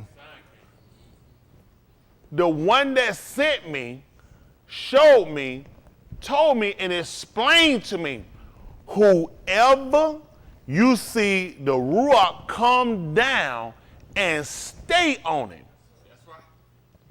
that's him. Mm-hmm. But hold it, it'll make it sound like the man just walked up, he just started hollering out in the crowd. No, I did not know him until this was the proof. I was waiting. That's right. He said, and this my joy is fulfilled. That's right. I was waiting. He told me something, but until it's actually explained, it's shown, it's simplified, I can't verify it. There's no way that man just jumped up and said out of his mouth unless it's been verified. The man wouldn't even eat. He wouldn't even eat it. He said, went back, he said, came down twice. He said, I ain't eat it. And that's law. It come down twice. You know what you're going to do. That's it. Bust it open. Start eating, nigga. That's 2 times. That's your law. That's your Torah. Everybody know 2 times eat. 1 time, I ain't get me with that. 2 times, I got to eat it. He said, no, I don't understand this. He said, I was doubting in myself. I had questions. I had reservations. I was very apprehensive about this because it didn't make sense. Mm-hmm. I know what I know, but this makes no sense. So now it makes sense to me to say you'd have been out of here because the Spirit just hit me, or I have been taught. See, you just read it, it'll just seem like that's it. You just sit here, wait on God to tell you. Anything you don't know, he'll just come and just tell it to you. You have to be taught. It's got to make sense. I don't try to force nothing down. It don't make sense. I look at something. I look at it. It don't make sense. I can't do something I don't know. Otherwise, I wind up putting myself in a situation where I could be more hurt than a help. Now, because had he eaten this, he'd have been ineffective. But then he let him later on. He said, listen, he said, listen, it's 2 men down there waiting for you that's inquiring about you. He said, go with them and don't doubt nothing. Because you got doubts and you're apprehensive about this. And once he went in and he met them and he looked at them, he said, you know, we got a tour that we don't even come in with people of another Gween. He said, but Elohim showed me not to call nothing common or unclean that he done designated clean. Because the man explained it. He just did, the man told him. He said, he explained to him what he saw, what happened to him, and how the Ruach had told him to go and send Anashim to inquire of him. And that when he comes, he's going to explain to you guys what to do. Cornelius was a man, Sadak, Jess. One that Yard Elohim, always, with all his ability. You come in that house, you didn't do it. See, my wife, they ain't where they need to be, and my kid, and they don't, no. Everybody in my house got to do this. Everybody in the house got to do this. He did it with all his best. So it makes sense to people, but he never broke protocol. There is some man that has to come here and explain to you and teach you and show you what you ought to. He said, we all here to be taught of you. I got my whole family, everybody here, teach. And he realized this is what he was trying to show me. He said, these people don't just think it's just no common people no more. He said, I done cleaned these people up. The only way they could be here together, they had to be cleaned up because these people going to receive something. So now, that which means these people are going to be Sadak. Which means what they going to have to do? They're going to cleanse themselves up. They're going to be cleansed. To do and to be. Because the Ruach HaKodesh going to enter into them. See, what we've been doing, we've been hearing, but we never cleansed ourselves. To be, to receive, in order to do. And that's what hurt us. Nobody told us. Flesh and blood did not reveal it to you, but Abi, my Father who is in Shamayim. What is Shamayim? Plural. Right. I want a singular. Is singular Shemaiah? Now I'm just asking. Moving on. 16, 18. I don't want Bill Mashiyach. Come on. Y'all, listen. Y'all off the chain. Listen. And I say also unto thee that thou art cuff, and upon this sewer Sit down. Something solid. What you gonna do? I will build my kahal. Now let's look at this. Two things. Which means these people had to know about putting up vital structures. Okay? Also, it shows you that Yahushua knew about construction. Because if it's not on something solid, it's going to fall. Mm-hmm. He's talking about building. This is something they already know. He told you, nobody don't build a house on the sand. Only stupid people build a house on the sand. Right. Mm-hmm. He told her, he said, nobody do no stuff like that. Why y'all think them houses get washed out down there? He said, listen, now we're going to build from this point, okay? So I got to talk to you as a man so you still understand and translate this over from the Ruach. That upon that rock, that's solid. That's what you need. When we talk in Ephesians, the first, second chapter, 19th verse, you're henceforth far, you're no more Strangers. Foreigners and strangers. Well, you're going to take that too because you're going to deal the same way when it come down with Cornelius now. Because after they did it, also look, he said, can any forbid that these should not be immersed like we were? That's right. Because they were no more foreign and strangers. That's right. They were fellow citizens because they had received the same thing that he got. Yes, sir. And under Yahudim it got, because we got it first and they got it. He said, then these people not coming. He said, can any stop this? Can any say this, prevent this from happening? Because they've gotten the same thing we got. That's right. So this is what he told you. You're no more foreign and strangers, but fellow citizens with the Kodashim. And The household. see that? The same thing there. They became of the household, which would make them Mishpachah. That's right.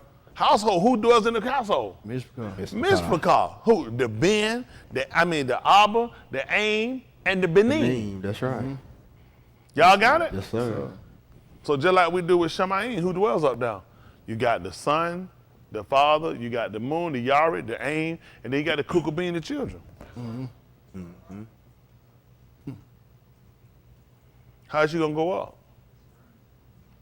All right, don't worry about it. Listen, that makes sense. Even when he created the whole thing, everything, he had some stuff that went up and some stuff stayed. Just like these people, they gonna stay. We going up. Yes, sir. He said, I don't know why they thought they were gonna be together. They talk about us being together. It makes sense. The Ma'im didn't just, they weren't already there. He took them from here. Look 'em up. That's right. So it makes sense where he gonna take us from. And separate, he bedalled it. Yeah. He took Ma'im from Ma'im and they were different. Those clouds are different than the one that's down here. They both bear some trait, but you see the different in form and ability? Okay. Trying to tell what gotta work. Come on. And the gates of Sheol shall not prevail against it. See that? That's why it was important for you to be of the assembly and how you got to build and be solid. So that, see, just like there's a gate in the entering in into Kai, there's also one that enters into destruction. Now, who told us about that? That's tight. Yeshayahu, what Yeshayahu told us? Yaakov. Yeshayahu told about Yaakov. So the 7th chapter and the 13th verse of the 17th chapter, 7th chapter and 12th verse of the book of Mashiyach don't mean nothing. Straight is the gate, narrow is the way that lead into Kai, and few that be that find it. For broad is the way and wide is the gate. See, that's what he's talking about. So come on, boy, he making up nothing, Emma. And many that be that go in there at. So that was our important on how you build. Otherwise, you're going to be on the wrong road. So it's more than, I don't know why y'all keep just looking at the gate to life. It's also one where people going into Sheol. It's not restricted. That's why Yeshayahu did. He would quote, he's and a highway should be and a who? Away. And it shall be For the way from Kudash. It's going to be for the Kodashim. And see, the unclean, they're not going to pass over it. It's not a way they can be. It's too restricted. They can't pass over it. But they're going to be on the wider one for destruction. So he told them that was important to put them here and put them on a solid foundation in order to build. We're going to build from the sea, and I shall build my assembly. Well, he said, I'm going to build my assembly, and then I'm going to go get a rock. You're going to be backwards. You got to start with the foundation first. That's why we had to go over a lot of stuff. That's right. People went straight to heaven. Yeah. Straight to Holy Ghost. They ain't got no foundation. Where your foundation for this so-called Holy Ghost? That's right. Where your foundation for the Ruach HaKodesh? That's right. We just learned about cleansing yourself. That was the whole purpose there. It makes sense when you get them immersion. Mm-hmm. Why? So you could be cleansed, so you could be sadat. You got to cleanse yourself. So to be, when Yahushua, when we saw it come down on him, he got it. Then he got it when he got immersed. Nope. Verse first. They said, what about Cornelius now? So they cleaned up the inside. So you had to understand the outside before you understand the inside. You had to see it first, something physically to understand. Well, you see me here washing my hand, what does that mean? They were dirty. I was trying to get something out. I'm preparing to do something. And they need to be clean to do it. Same thing we do with immersion. You're preparing to get the Ruach HaKodesh. So they move from here and let me get rid of the lying, the whoremongering, the fornicating, the adultery, the backbiting, the hypocrite. What am I doing? I'm cleansing myself because I'm getting ready to do something. Mm-hmm. All right.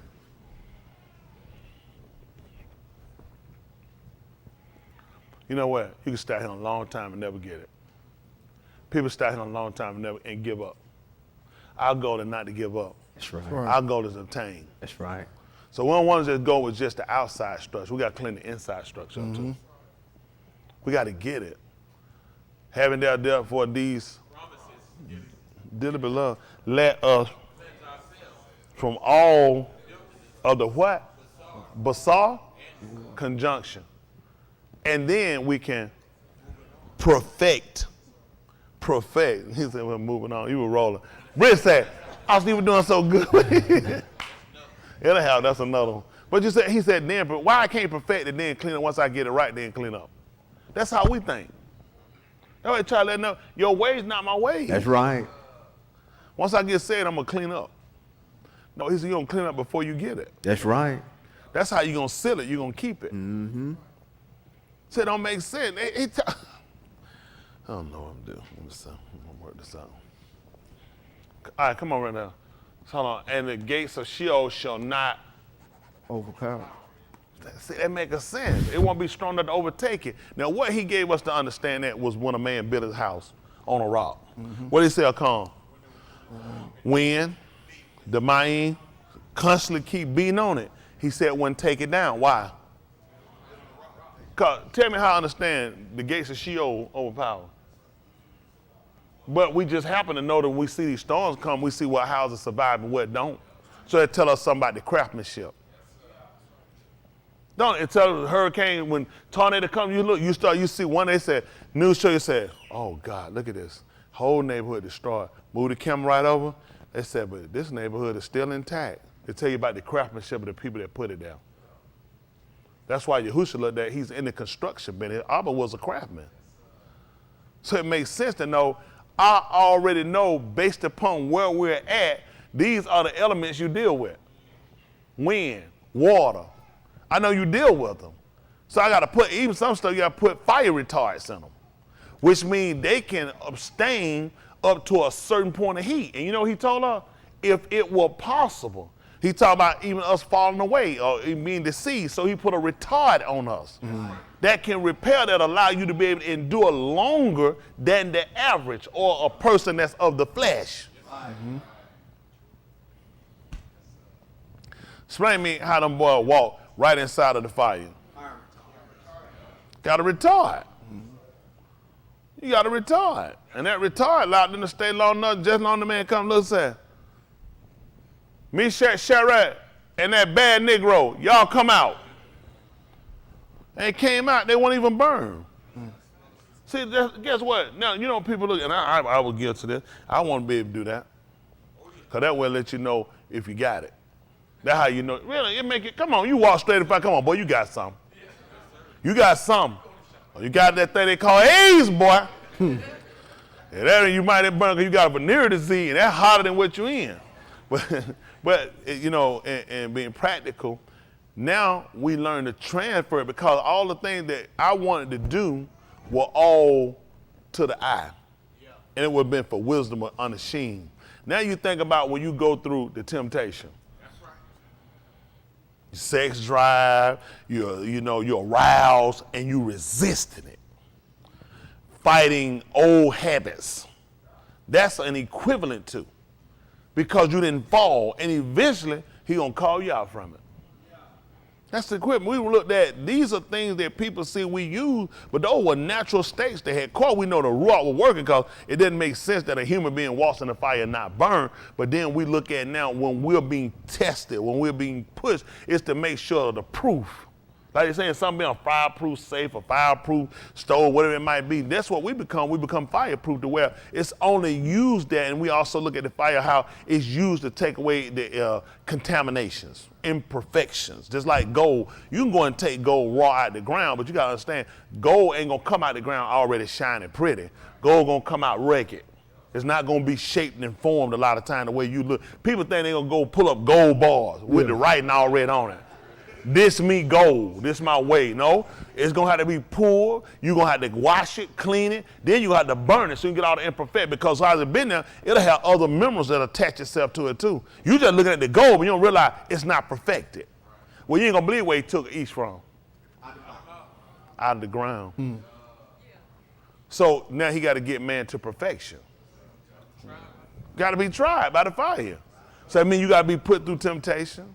You got to put through hurt. You got to be put through sickness. Got to make sure we can get you to perfection. Right. When you walk out and you find that shiny piece of gold, that thing been worked. Yes, sir.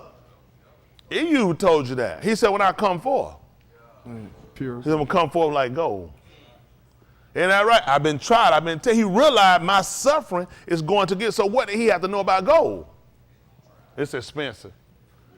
It's got to be tested. You got to take it away from something. It has to lose something. What, he lost his kids? Almost served his relationship with his wife, his health. All this just to get him to looking at, he had to know about, why would you stay, I'm going to come forth like gold? It ain't just niggas, I know gold is spent. Go, no. How do you get it to that point? It's the test and the tribulation. That's the thing you got to, now you're starting to think more of a Ruach sense and not of a carnal. He said he going to be worth $22,000 an ounce. Shut your mouth. Shut your mouth. Who teach you? Who your teacher?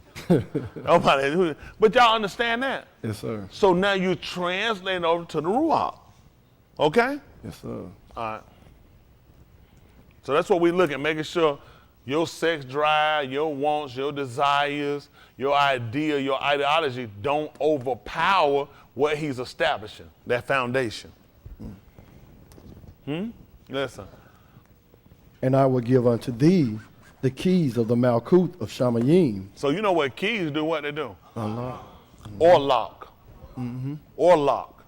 And? Whatsoever thou shalt bind on the rock. Well, he said whatever you forbid on the Orites shall be bound in Shamayim. It's going to be forbidden in Shamayim.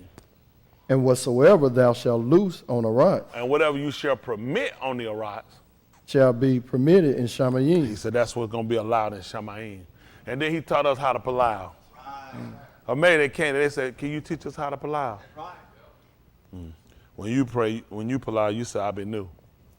You ask for the Malkuth to come. You ask for his will to be done. Right here on the rocks. Just like it permitted up down. Tell them permit here where he permits down. Forbid. You know what? Fornication, lying, homemonger, drinking, hypocrite, and false pretending. It's forbidden down here. You ain't gonna believe it. It's important for me to know that. So now I'm translating. I'm understanding the flesh and I'm understanding the Ruach. Because we're talking about a Ruachni Malkuth, a spiritual Malkuth. These things are forbidden here because all of these behaviors and these ideas work against the ideas that Elohim has established. He is establishing a goyim that won't commit whoredom, zanu, harlotry, kazab, because he told you, he said, I can't lie. I got people basing their whole lives off of statements I make. He said, I can't lie. It's forbidden for me to lie. And people that down there that's going to come up here and be where I'm going to establish my Malkuth, they can't lie. They can't lie. A lot of things that we've done, people saying, yeah, that's just that we get here. When we get to heaven, we're going to stop. Heaven is non-existent. And if you're doing these things contrary to what he told you, so is your salvation. It's non-existent. So now we're trying to really learn how to comprehend, understand where we're trying to go. That these things we're doing, people say, that's only because we down here. Wherever he forbids him, he forbids them. It's forbidden. That's why we don't do it. And when you do it, it's against. That's why he got rid of Adam in the Malkuth when he was sitting in a physical Malkuth down here when he was in the gun. Because what you're doing is forbidden. It's forbidden. And once you transgress and you here, you can't come now. No transgressor getting in. It's only for people that can follow. Y'all got it? Yes, sir. So we try to understand what we're trying to achieve. You can pray and cry out about it if you want to and ask them about it. You ain't going. Because your crying ain't going to get you in. It's going to be your behavior. That's going to get you in. It's going to keep you out. So now he's saying, you know what? Sometimes people tell you about key components. You're talking about a physical key. It's a physical. We're talking about, when we're speaking as a metaphor, we're talking about a key that unlocks. They'll get you how to unlock different things in your mind, how to unlock where you can use more parts of your mental, how to unlock where you get more strength, more efficiency, unlock for speed, unlock for endurance. Now we're talking unlocking so you can enter in. And all these are things you do by you complying. Sometimes it's like a combination lock. You don't turn one time. Every time you turn, you start dropping. Those tumblers start dropping. That's why some people use the coming. That's how you walk. You're not key locking. You tumbling. You're turning to. If you listen, if you pay attention, if you got to come there, if you turn, you'll listen. Every time they hit, another section will drop. It keeps dropping parts that allow the door to be able to open. That's what you're doing here when you're getting the word. You think it's stick in and go. No. You're going to turn till you keep hitting. And sometimes you'll miss. And sometimes you'll have to go back because you went too far. Go back. And that's what we learn how to do. Till you can get it this sequence and everything drops and every one of the components drop and it'll drop down just like a key to the inside and you'll be able to open the door. Mm-hmm. That's what we're working for. Every time we get this information, we keep dropping tumblers. We drop it and soon we'll be able to open the door. All right? Yes, sir. All right. Let's see what he's talking. Listen. Then charged he his Talmudid that they should tell no ish that he was Yahushua the Mashiyach. Let me ask you a question. He just told them not to tell nobody about the Spirit.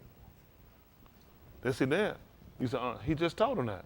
He commanded his Talmudim that they must not tell anyone that he was the Mashiyach. This was spiritual. Ruachni. Did you know how that means? You said, "Nee!" I said, but why? Based on what y'all been taught. They recommend. What happened? Say it louder, Candace, again. They wouldn't kill him. Y'all heard he just told y'all? They wouldn't kill him. Why would you kill what you were waiting on to come? Why would you kill it? That's stupid. Exactly. Don't tell them. 1 Corinthians chapter 2, verse 7. It just showed up. Oh. That was fast too, 2 and 7. I think we left out 7. All right. I hit this one. I let them pick back, I think. But we speak the wisdom of Elohim in hidden truth, having been hidden, which the Elohim predestinated before the Yamin of the Alam to our Kabul. See that? Having been hid, the Elohim, the spirit, being hid from them. Let's see. Which none of the Sharim of this Alam knew, for if they had known, they would have crucified. Not have. Don't tell them. Mm-hmm. Don't tell them. Because they won't do it. Did we understand that before? Nope. Makes sense? Yes, sir. So that makes sense, don't it? He said, dumb. Why? He would want everybody to know after. When he charged them, they were supposed to tell him after. And that's only because that's when they recognized what they did to Yahushua, to Yosef. After. Tell them after. When he told them to charge, you said, well, how we know now? Because I already know somebody trying to be too smart. Don't tell them until it's done. Once it's done, you can tell them. He's trying to accomplish something. Let's see what has happened. Verse 9. But as it is Katab, hath not seen, nor ear Shama, neither have entered into the lob of Ish the things which Elohim hath prepared for them that ahab him. Let's see what happened. And? But Elohim hath revealed them unto us by his Ruach. See that? That's why now what did he tell Cuff after Cuff had told him who he was? Elohim revealed it. See, that's why he said my Abba did it, because my Abba is the Ruach. That's right. See how don't that make sense? For the Ruach searcheth all things, yea, the deep things of Elohim. See what it does? The Ruach searcheth in the 5th chapter, the 5th chapter, I think the 6th chapter too, no, 6, 5, Kazum talks about the 7 Ruachs of Elohim. They sent to scan their rocks. He sent them out to scan their rocks. That's what he told us. And that's what he told us, that the Ruach is searching all things, even the depths of Elohim. Y'all see that? Yes, sir. And when Elohim came down on their rocks, that's what he did. Guess what he did? He Marikov over the depths. That's right. That's what he did. He stood right on it. He was searching. He right over the top of them. Hello? All right. He told y'all when he searched through the land, and he was trying to find one to stand in the gap. That's right. For the rock that he should not destroy it. What did he tell he did? Oh. He said, I couldn't find one. Well, he had to do what then? Make one. He had to make one. We knew that because he did it with Adam. Them had to build one. That's what he did. He built them. I got to build. I can't find one. I got to build it. What you come on the rock? You got all this stuff. I can't find one. That's it. I just give up. No, I'm gonna have to make one. Right. Let's see. Next verse 11. For what Adam knoweth the things of Adam, save the Ruach of Adam which is in him. Even so the things of Elohim knoweth no Ish but the Ruach of Elohim. So that's what we're looking at.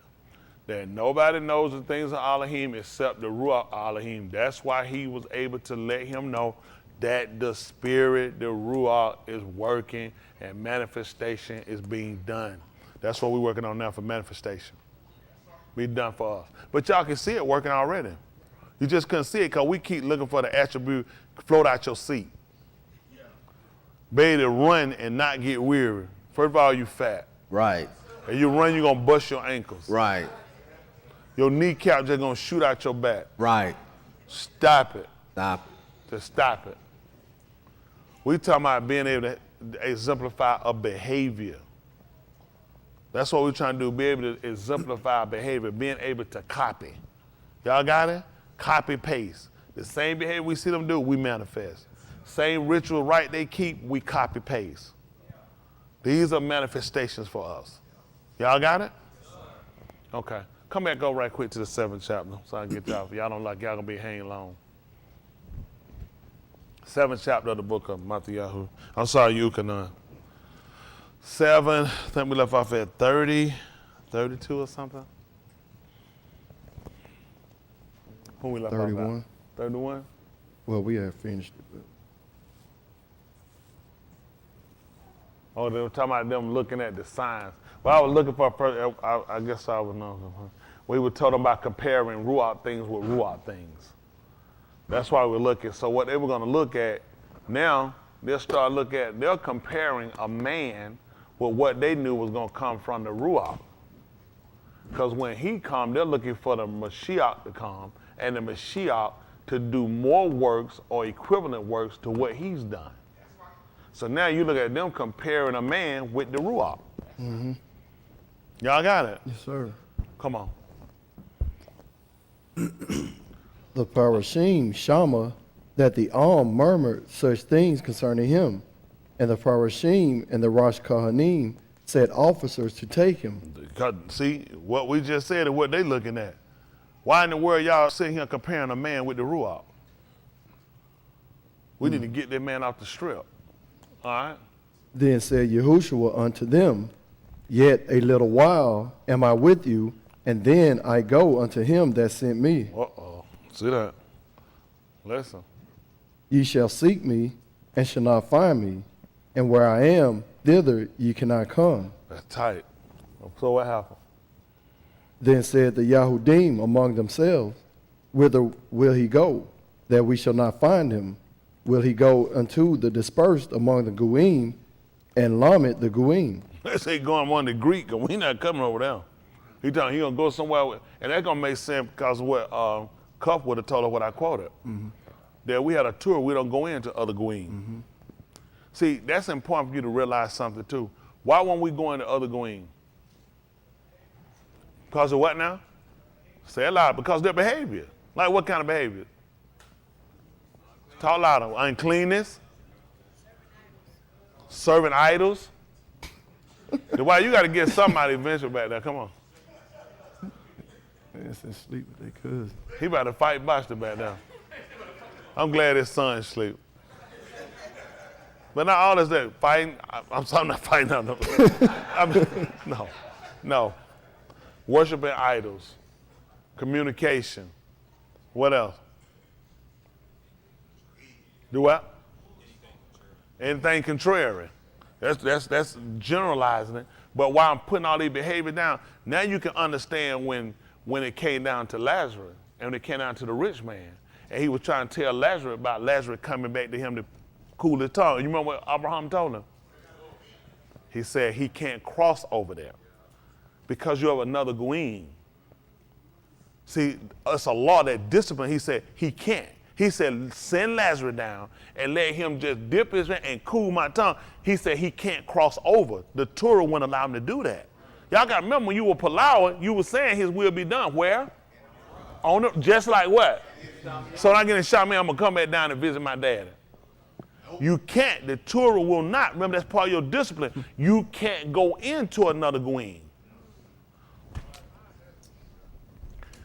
These people telling y'all, listen, the man said, where I'm going, you can't come, and you ain't going to be able to find me. The Yahudim said to one another, where shall this man go? This man going.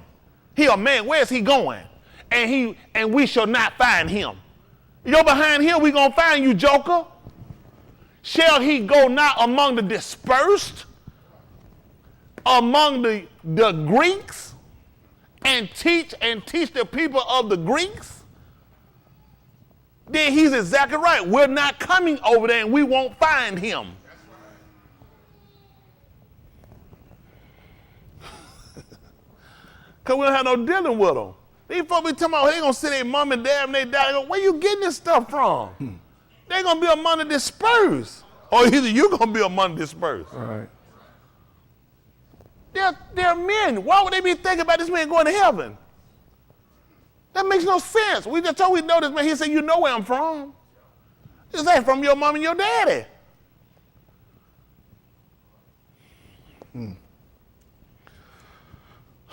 He's speaking on the end, similar to Daoud. When Daoud Ben died, when he moved, and they want to know why when he's sitting around and why he had stopped fasting. He said, I can go to him. He can't come to me. Yahushua the Ben of Daoud. he letting them people know, you can't come to me. Where I'm going. Next member. You don't never know what's gonna happen around here. If I had a script, y'all done messed up the whole script. We had to start back over. I know that right. So y'all understand that now? Yes, sir. Daoud clearly told her when his man died, he said, I can go to him, he can't come back over him. There's a discipline.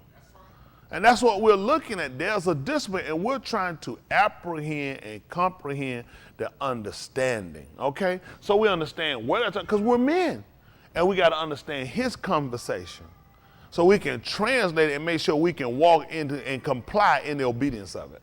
All right, let's go. 36. What manner of saying is this, that he said, ye shall seek me and shall not find me, and where I am, thither ye cannot come. You know, look, you shall not able to come there. Okay. All right. In the last yom, that great yom of the cog, Yahushua stood and Saak saying, if any each thirst, let him come unto me and drink. What happened? He that among on me, as the Kitab has said, out of his belly shall flow Naharim of Kai Ma'im. I see that? Listen what happened. What is Nahar? Underground. He talking about in your belly. That's underground. Unless you don't have some kind of supernatural operation, your belly should be at the bottom. And now he says gonna spew up. They knew this. When they caught in the room, you dig wells, that's underground water. That's water that's been streaming underground. It just got to be broke up. Even Yirmiyahu told you to break up your fallow ground. Until, that's what they do. When you make a well, you're digging up ground that hadn't been dug, and water's under there. And he's saying that's what he was doing with his teaching. Abraham was also known for a well he built. So was Yashakar. They were known for it. You're cold. These men were well. They could find Ma'im. And this man was the Benedict's guy. I know how to strike to get Ma'im to come up. Hello? Yes, he said, out of your belly, because down in the inner part of you, there's a stream. He said, I know how to break it up and make it flow. Yes, sir. It was restricted. And it could be just like it was in Koskik Yayum. We actually stopped up the Ma'im that it didn't flow. When we heard that the Malak of Babylon was coming, he said, why should he come and find Ma'im? So we blocked, y'all don't remember that? We blocked it up. Made sense when Yahushua, when these people came together and white folk came together, we blocked it up. Why should they find Ma'im? Right. That would have gave these people life. That's right. It made sense to block it up in us. Don't let them find it. Yeah.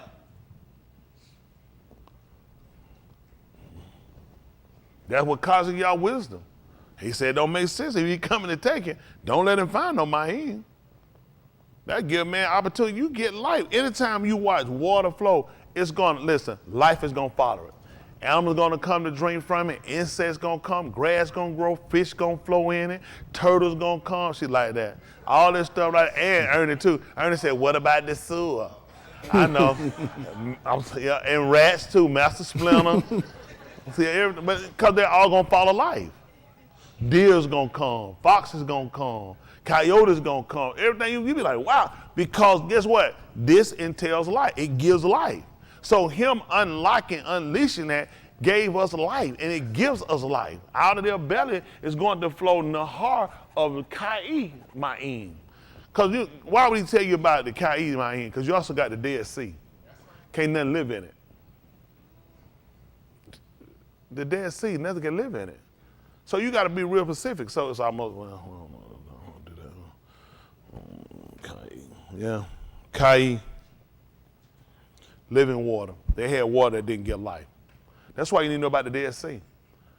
Like a lot of time you get information from people, you'll think it's flowing too. Like people, it's supposed to be people that be, rapping. They be thinking they be flowing, it's dead. Man, what's all this time? It's a whole nother story. So now what you look at giving life. Y'all got it? Mm-hmm. They just look at me saying, who that?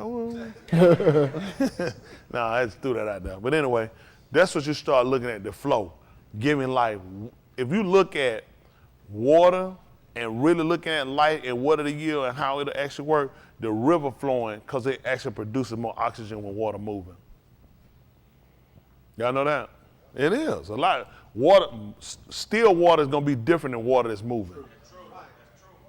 Yeah, still water is not going to produce the same thing. It'll have some oxygen, but you want that moving water because of what it do. That's why he said it's going to flow.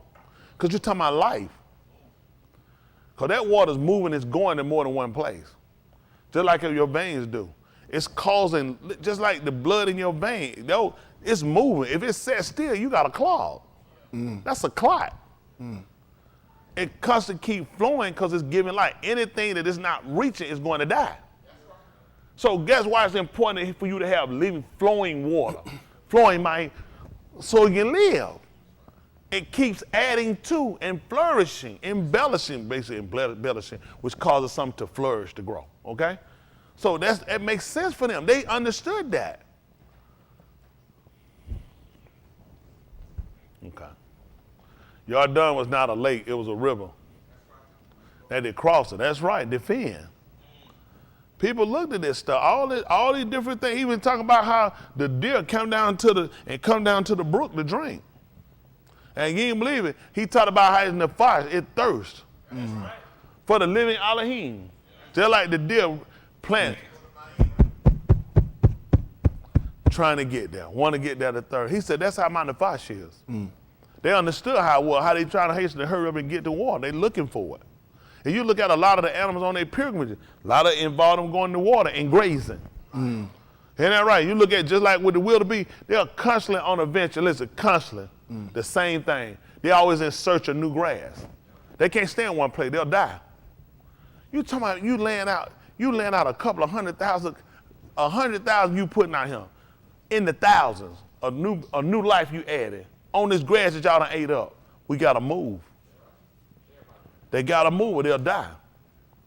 They gotta move or they'll die. They gotta keep moving. They gotta get to where Maim and they gotta get where plenty grazing. They gotta consider all the Kai they got. They got a lot of life. You got 1 million plus in your whole fold, you can't sit nowhere ain't no grass. And when they graze, they constantly eat. So you always gotta be set to keep moving so you can keep life going. So life can continue to flow. Well, that's what he looked at when he unlocks it for us. I'm trying to set you up where life continues to flow. Not just but the generation coming out, the Tuladaf coming. That's where he's already established us. How you think we continue this long? He constantly had to keep putting us where we can graze. He moves us around. Some of us in some areas, sometimes you got to break the herd up, just like with Lion Ari prize. When their numbers get too big, they'll separate. Because you got to consider the number too big. We having to kill too much to feed too many. So we're going to separate the pride. But Yahuwah looking at, he's been preparing this whole time that I'm going to bring y'all where it's going to be one fold, and it's going to be one raw. Because every time you break the pride up, you got another matriarch. You got another R that got a leader. He said, no, I'm going to set up where it's just going to be one. He's been preparing this whole time to set us up a place to where, guess what? Everybody going to be able to graze together. All right. We're trying to help y'all out. All right, so I told you what's going to flow out of his belly. Let's go down, 39. He said this about the water, that which they that amon on him should receive, for the Ruach HaKadosh was not yet given, because that Yahushua was not yet Pa'ar. Let me say that he said this about the Ruach, that those who are amon in him would receive, because the Ruach was not given before Yahushua was. So he let you know it wasn't not until. So let me ask you a question. One of them guys sitting there, the 12, man, people need to know this. They do, people need to know this. I'm gonna let them know. I know it's gonna help a lot of people if I let people know. You'll never get it. It's how important it was. We couldn't get it until he moved. You see why it was important here to tell them, don't tell nobody. because they can't get it till I die. If these people know who I am, I ain't gonna die. He explained to the Talmudim, he told them, he said, it is expedient for you that I go. He said, if I don't go, then the Comforter won't come. He said, but if I go, it'll come. He had explained that to them. You want to obtain it. Yes, yes. You can't get it till I leave. That's the only way you can get it. That's how they had to understand it.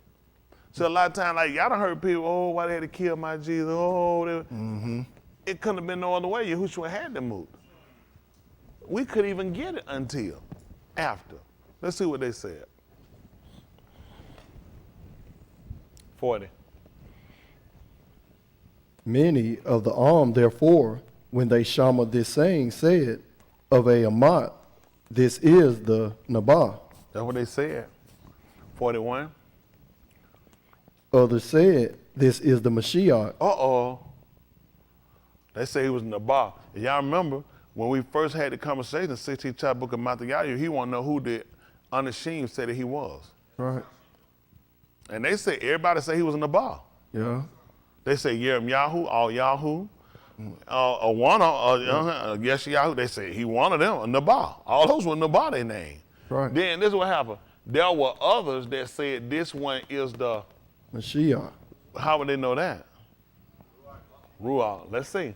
But others said, Shall Mashiach come out of Galilee? that's what they want to know. What else happened?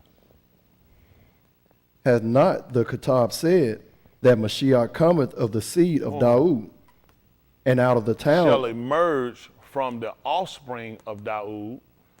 and out of the town of Beth Lacam, where Daud was. See that? That's what they start looking at. They start going back over the word when they start looking at what was stated to them. Let's look at something right quick, and I try to let y'all go more with them.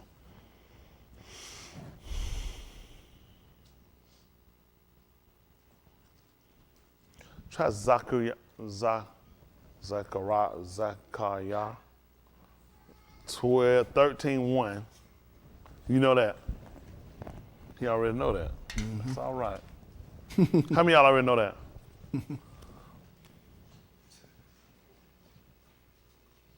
I ain't see your hand.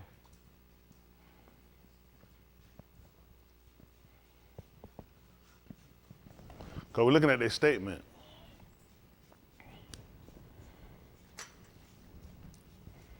This is Zechariah 13:1. They ain't burnt no sage in the Manhattan. Listen what he told you.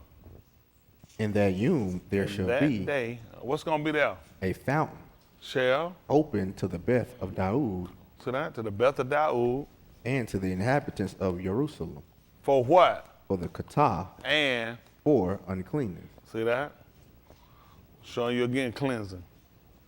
It's going to be open for that. What happened? And it shall come to pass in that yom, saith Yahuwah of Sabaoth, that I will cut off the shem of the idols out of the arats, and they shall no more be remembered. And also I will cause the Nabaim and the unclean Ruach to pass out of the arats. That's what he's looking to do. Hold on for a minute. That's tight.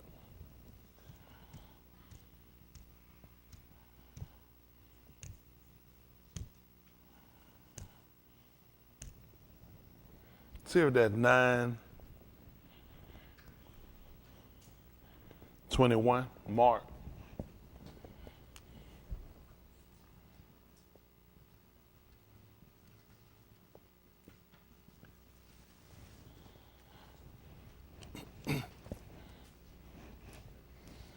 That's interesting. Mark 9:21. Listen. And he asked Abiud, how long is it ago since this came unto him? And he said, of a yalit. Y'all see that? He asked his father, how many days has it been, has he had this? And he said, since the days of his youth. Let's see what happened. And oft times it hath cast him into the fire and into the Ma'im to destroy him. But if thou canst do anything, have compassion on us and help us. He would have asked them to have recalm on them. Have recalm on us. And do what? And help us. Go ahead. Yahushua said unto him, if thou canst amon, all things are possible to him that amon. Y'all hear what he told you? And Yahushua said to him, if you said, if you can, one who has amanah shall be capable of Anything. let's say. And straightway the Abba of the Yalit sogged out and said with tears, Adon, Amon, help thou mine unbelief. See what happened? Please help my lack of, so you can believe, but your amunah is actually what you help to build up. So what he had here was a lack of the ability to be able to build and increase. That's why it's important. That's why it's important for us to understand our craft, our trade. Isn't that right? We builders. Isn't that right? Amunah is our assisting, our helping with. See, we sat back, and faith is you do nothing but sit back and you just believe. The man just clearly told him that he believed. Did he say, I don't believe? I believe. So there has to be a separation. I do believe. Help me with my amunah. Right. Because you just told me all things are possible. See, that's how they get us beat a lot of time. We'll think we got one and it's enough.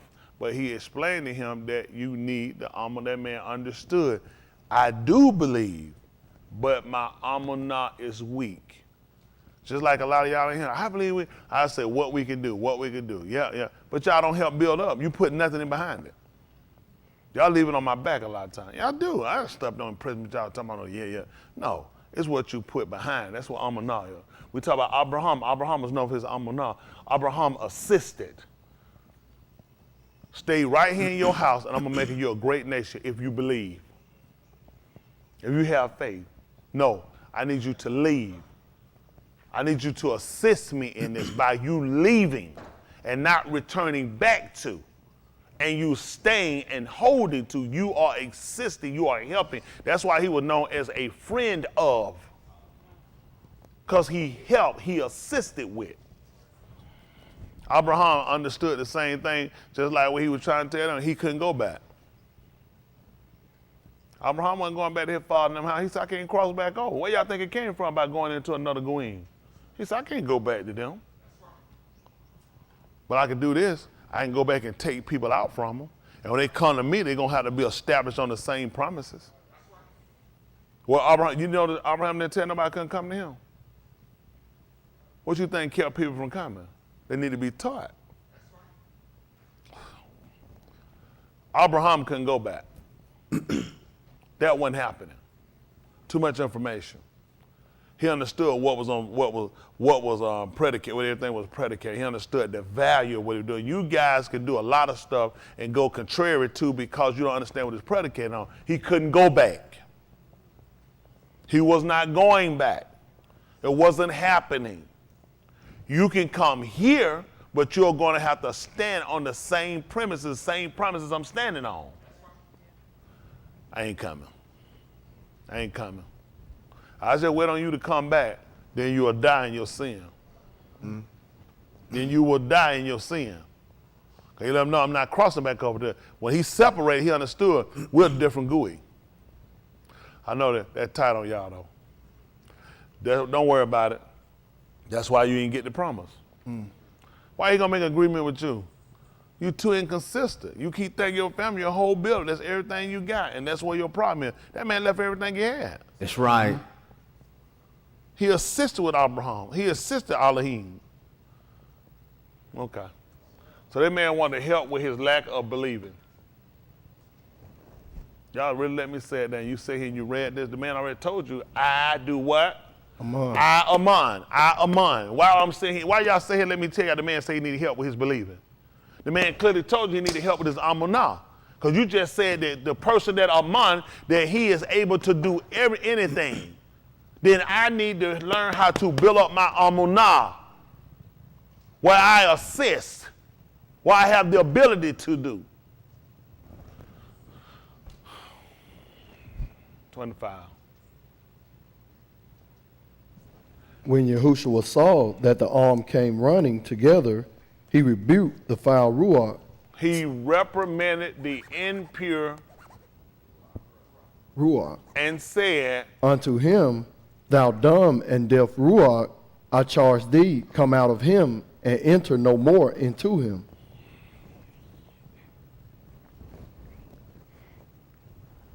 a lot of this stuff we got going on, it's a ruach. Yeah. Right. It's a ruach. Yep. Deaf and couldn't speak. He said, that's a ruach. Mm-hmm. That's an impure ruach that's operating. And we keep counting these people to do something that he clearly showed them that we had the ability to do. Come on, preacher. We got to know what be subject to us. That's right. But again, this comes along with unlocking certain channels. Mm-hmm. Certain tumblers turn go. Why y'all think these fall private come to town to heal these people this stuff? Because they channel and unlocking stuff. They just ain't unlocking the ruach, not to the ability of their salvation. That's right. But people are operating and doing. Oh, yeah. In that same 7th chapter book of Mashiyach that I told you, the people clearly told you that they cast them out in his shem. Mm-hmm. That's right. And did a whole lot of signs in his shem. But he said, I never knew you. Mm-hmm. That's right. Depart from me, you that Workers work of iniquity. That's right. Mm-hmm. What y'all think these preachers be doing? Everyone in preachers come to town not playing. They can actually do it. It's just not an Elohim. People practice and start working this and making this a craft for them. Just like you take things and use them for tools, people take them and use them for bad. They working, they do it. In the 13th chapter, I'm thinking in the book of Zoom, he told you the man gonna come, he gonna work these signs and miracles. He said he gonna work them and you gonna believe it. Yeah. That they're going to work and they're going to give up these signs. Yeah.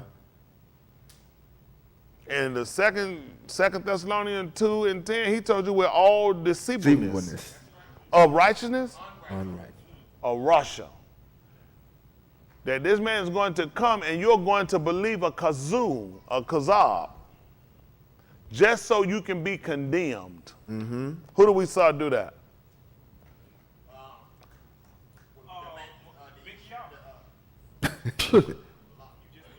The Malak. Mick, y'all didn't never believe no lying spirit. No, he told them about the lying spirit, so they went up to the Okay, you're in the same book. You said, Mick, y'all, who y'all know did? You said, Mick, y'all. Mick, y'all didn't believe. But you said, but so we understand it though. When he told you that, how many of y'all don't, what I'm quoting y'all don't remember or don't know? 2 Thessalonians 2 and 10.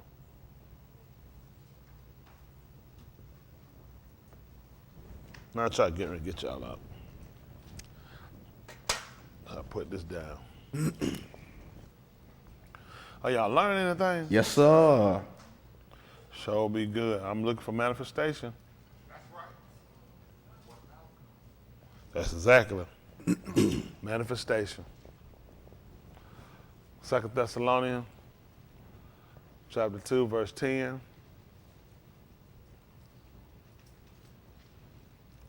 Listen. And with all deceivableness Deception.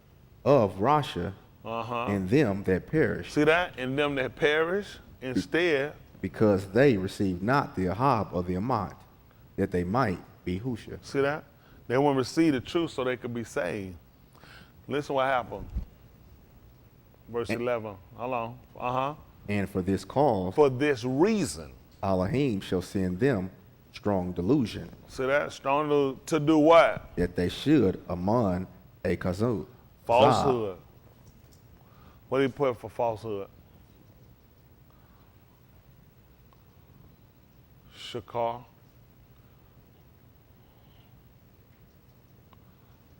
Shakar. Because it's got the E-R. Shakar. All right, for falsehood. Let's see what happened. Verse 12. In order They all might be damned, who among not the Amat but had pleasure in Allah. Allah, unrighteousness. Y'all see that? The only reason Elohim will allow you to believe and buy into the delusion and this deception is so you can be condemned. That's right. Just because you had pleasure in that. You know what we learned? Why he took down the Malach Yasharal. Why would he send a Ruach that would do Kazab? He was unrighteous. We just read what he just told us. With all deceivableness, with deception. So you know what happens to a lot of people that gone from here? And what's going to happen to some more of y'all? Because you keep playing around, you keep skating lines, you keep thinking you getting by and getting over. It's just a matter of time before he let you believe a Kazab. That's right. Just so you can perish and take you down. And we learned that from the flesh. He took him down. That's right. He didn't learn, even when he was told the truth, he still went with the lie. Yep. Trying to show you, when your love is set on mystery and you are set to you just going, like y'all, some of y'all here, y'all headlong gonna keep going wrong. It don't matter what I tell you, you're gonna keep doing it. And he gonna let you keep doing it because he done said himself, I intend to take you out. Yeah. I'm intended to take you out. Because you keep having pleasure in this stuff and it's wrong. Wrong. You keep delighting yourself and it's wrong. That's right. That's how careful we gotta be when it comes down. Y'all like skating lines and playing around with stuff. When I tell y'all stuff don't do it because it's for your benefit, for your welfare. That's right. All of us. If our benefit for our welfare, who wanna be in this state? People read this and they still gonna get cut off. Yep. Some of y'all reading it, you still gonna get cut. That's You're not right. gonna be able to turn from it because you hadn't broken away from the stuff you keep doing wrong. That's right. It's gonna be your hurt. It's gonna be your hurt, gonna be your demise. How y'all think we wound up killing Yahushua? It was deception. They brought in false witnesses. How you think the witnesses came in? It was a lying ruach. So we could kill the Malach Yasharal.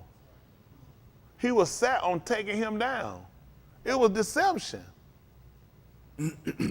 Why you think the book tell you in Kazun, the first chapter, behold, he coming with clouds, and every what? Aye. And every gween are going to wail, even so because of him. All man. That's right. Because you fell for the deception. And he's going to come back and he's going to condemn you in the mosh pot. That's why we're trying to make ready. We got to fix this stuff, people. We've been wrong on a lot of stuff.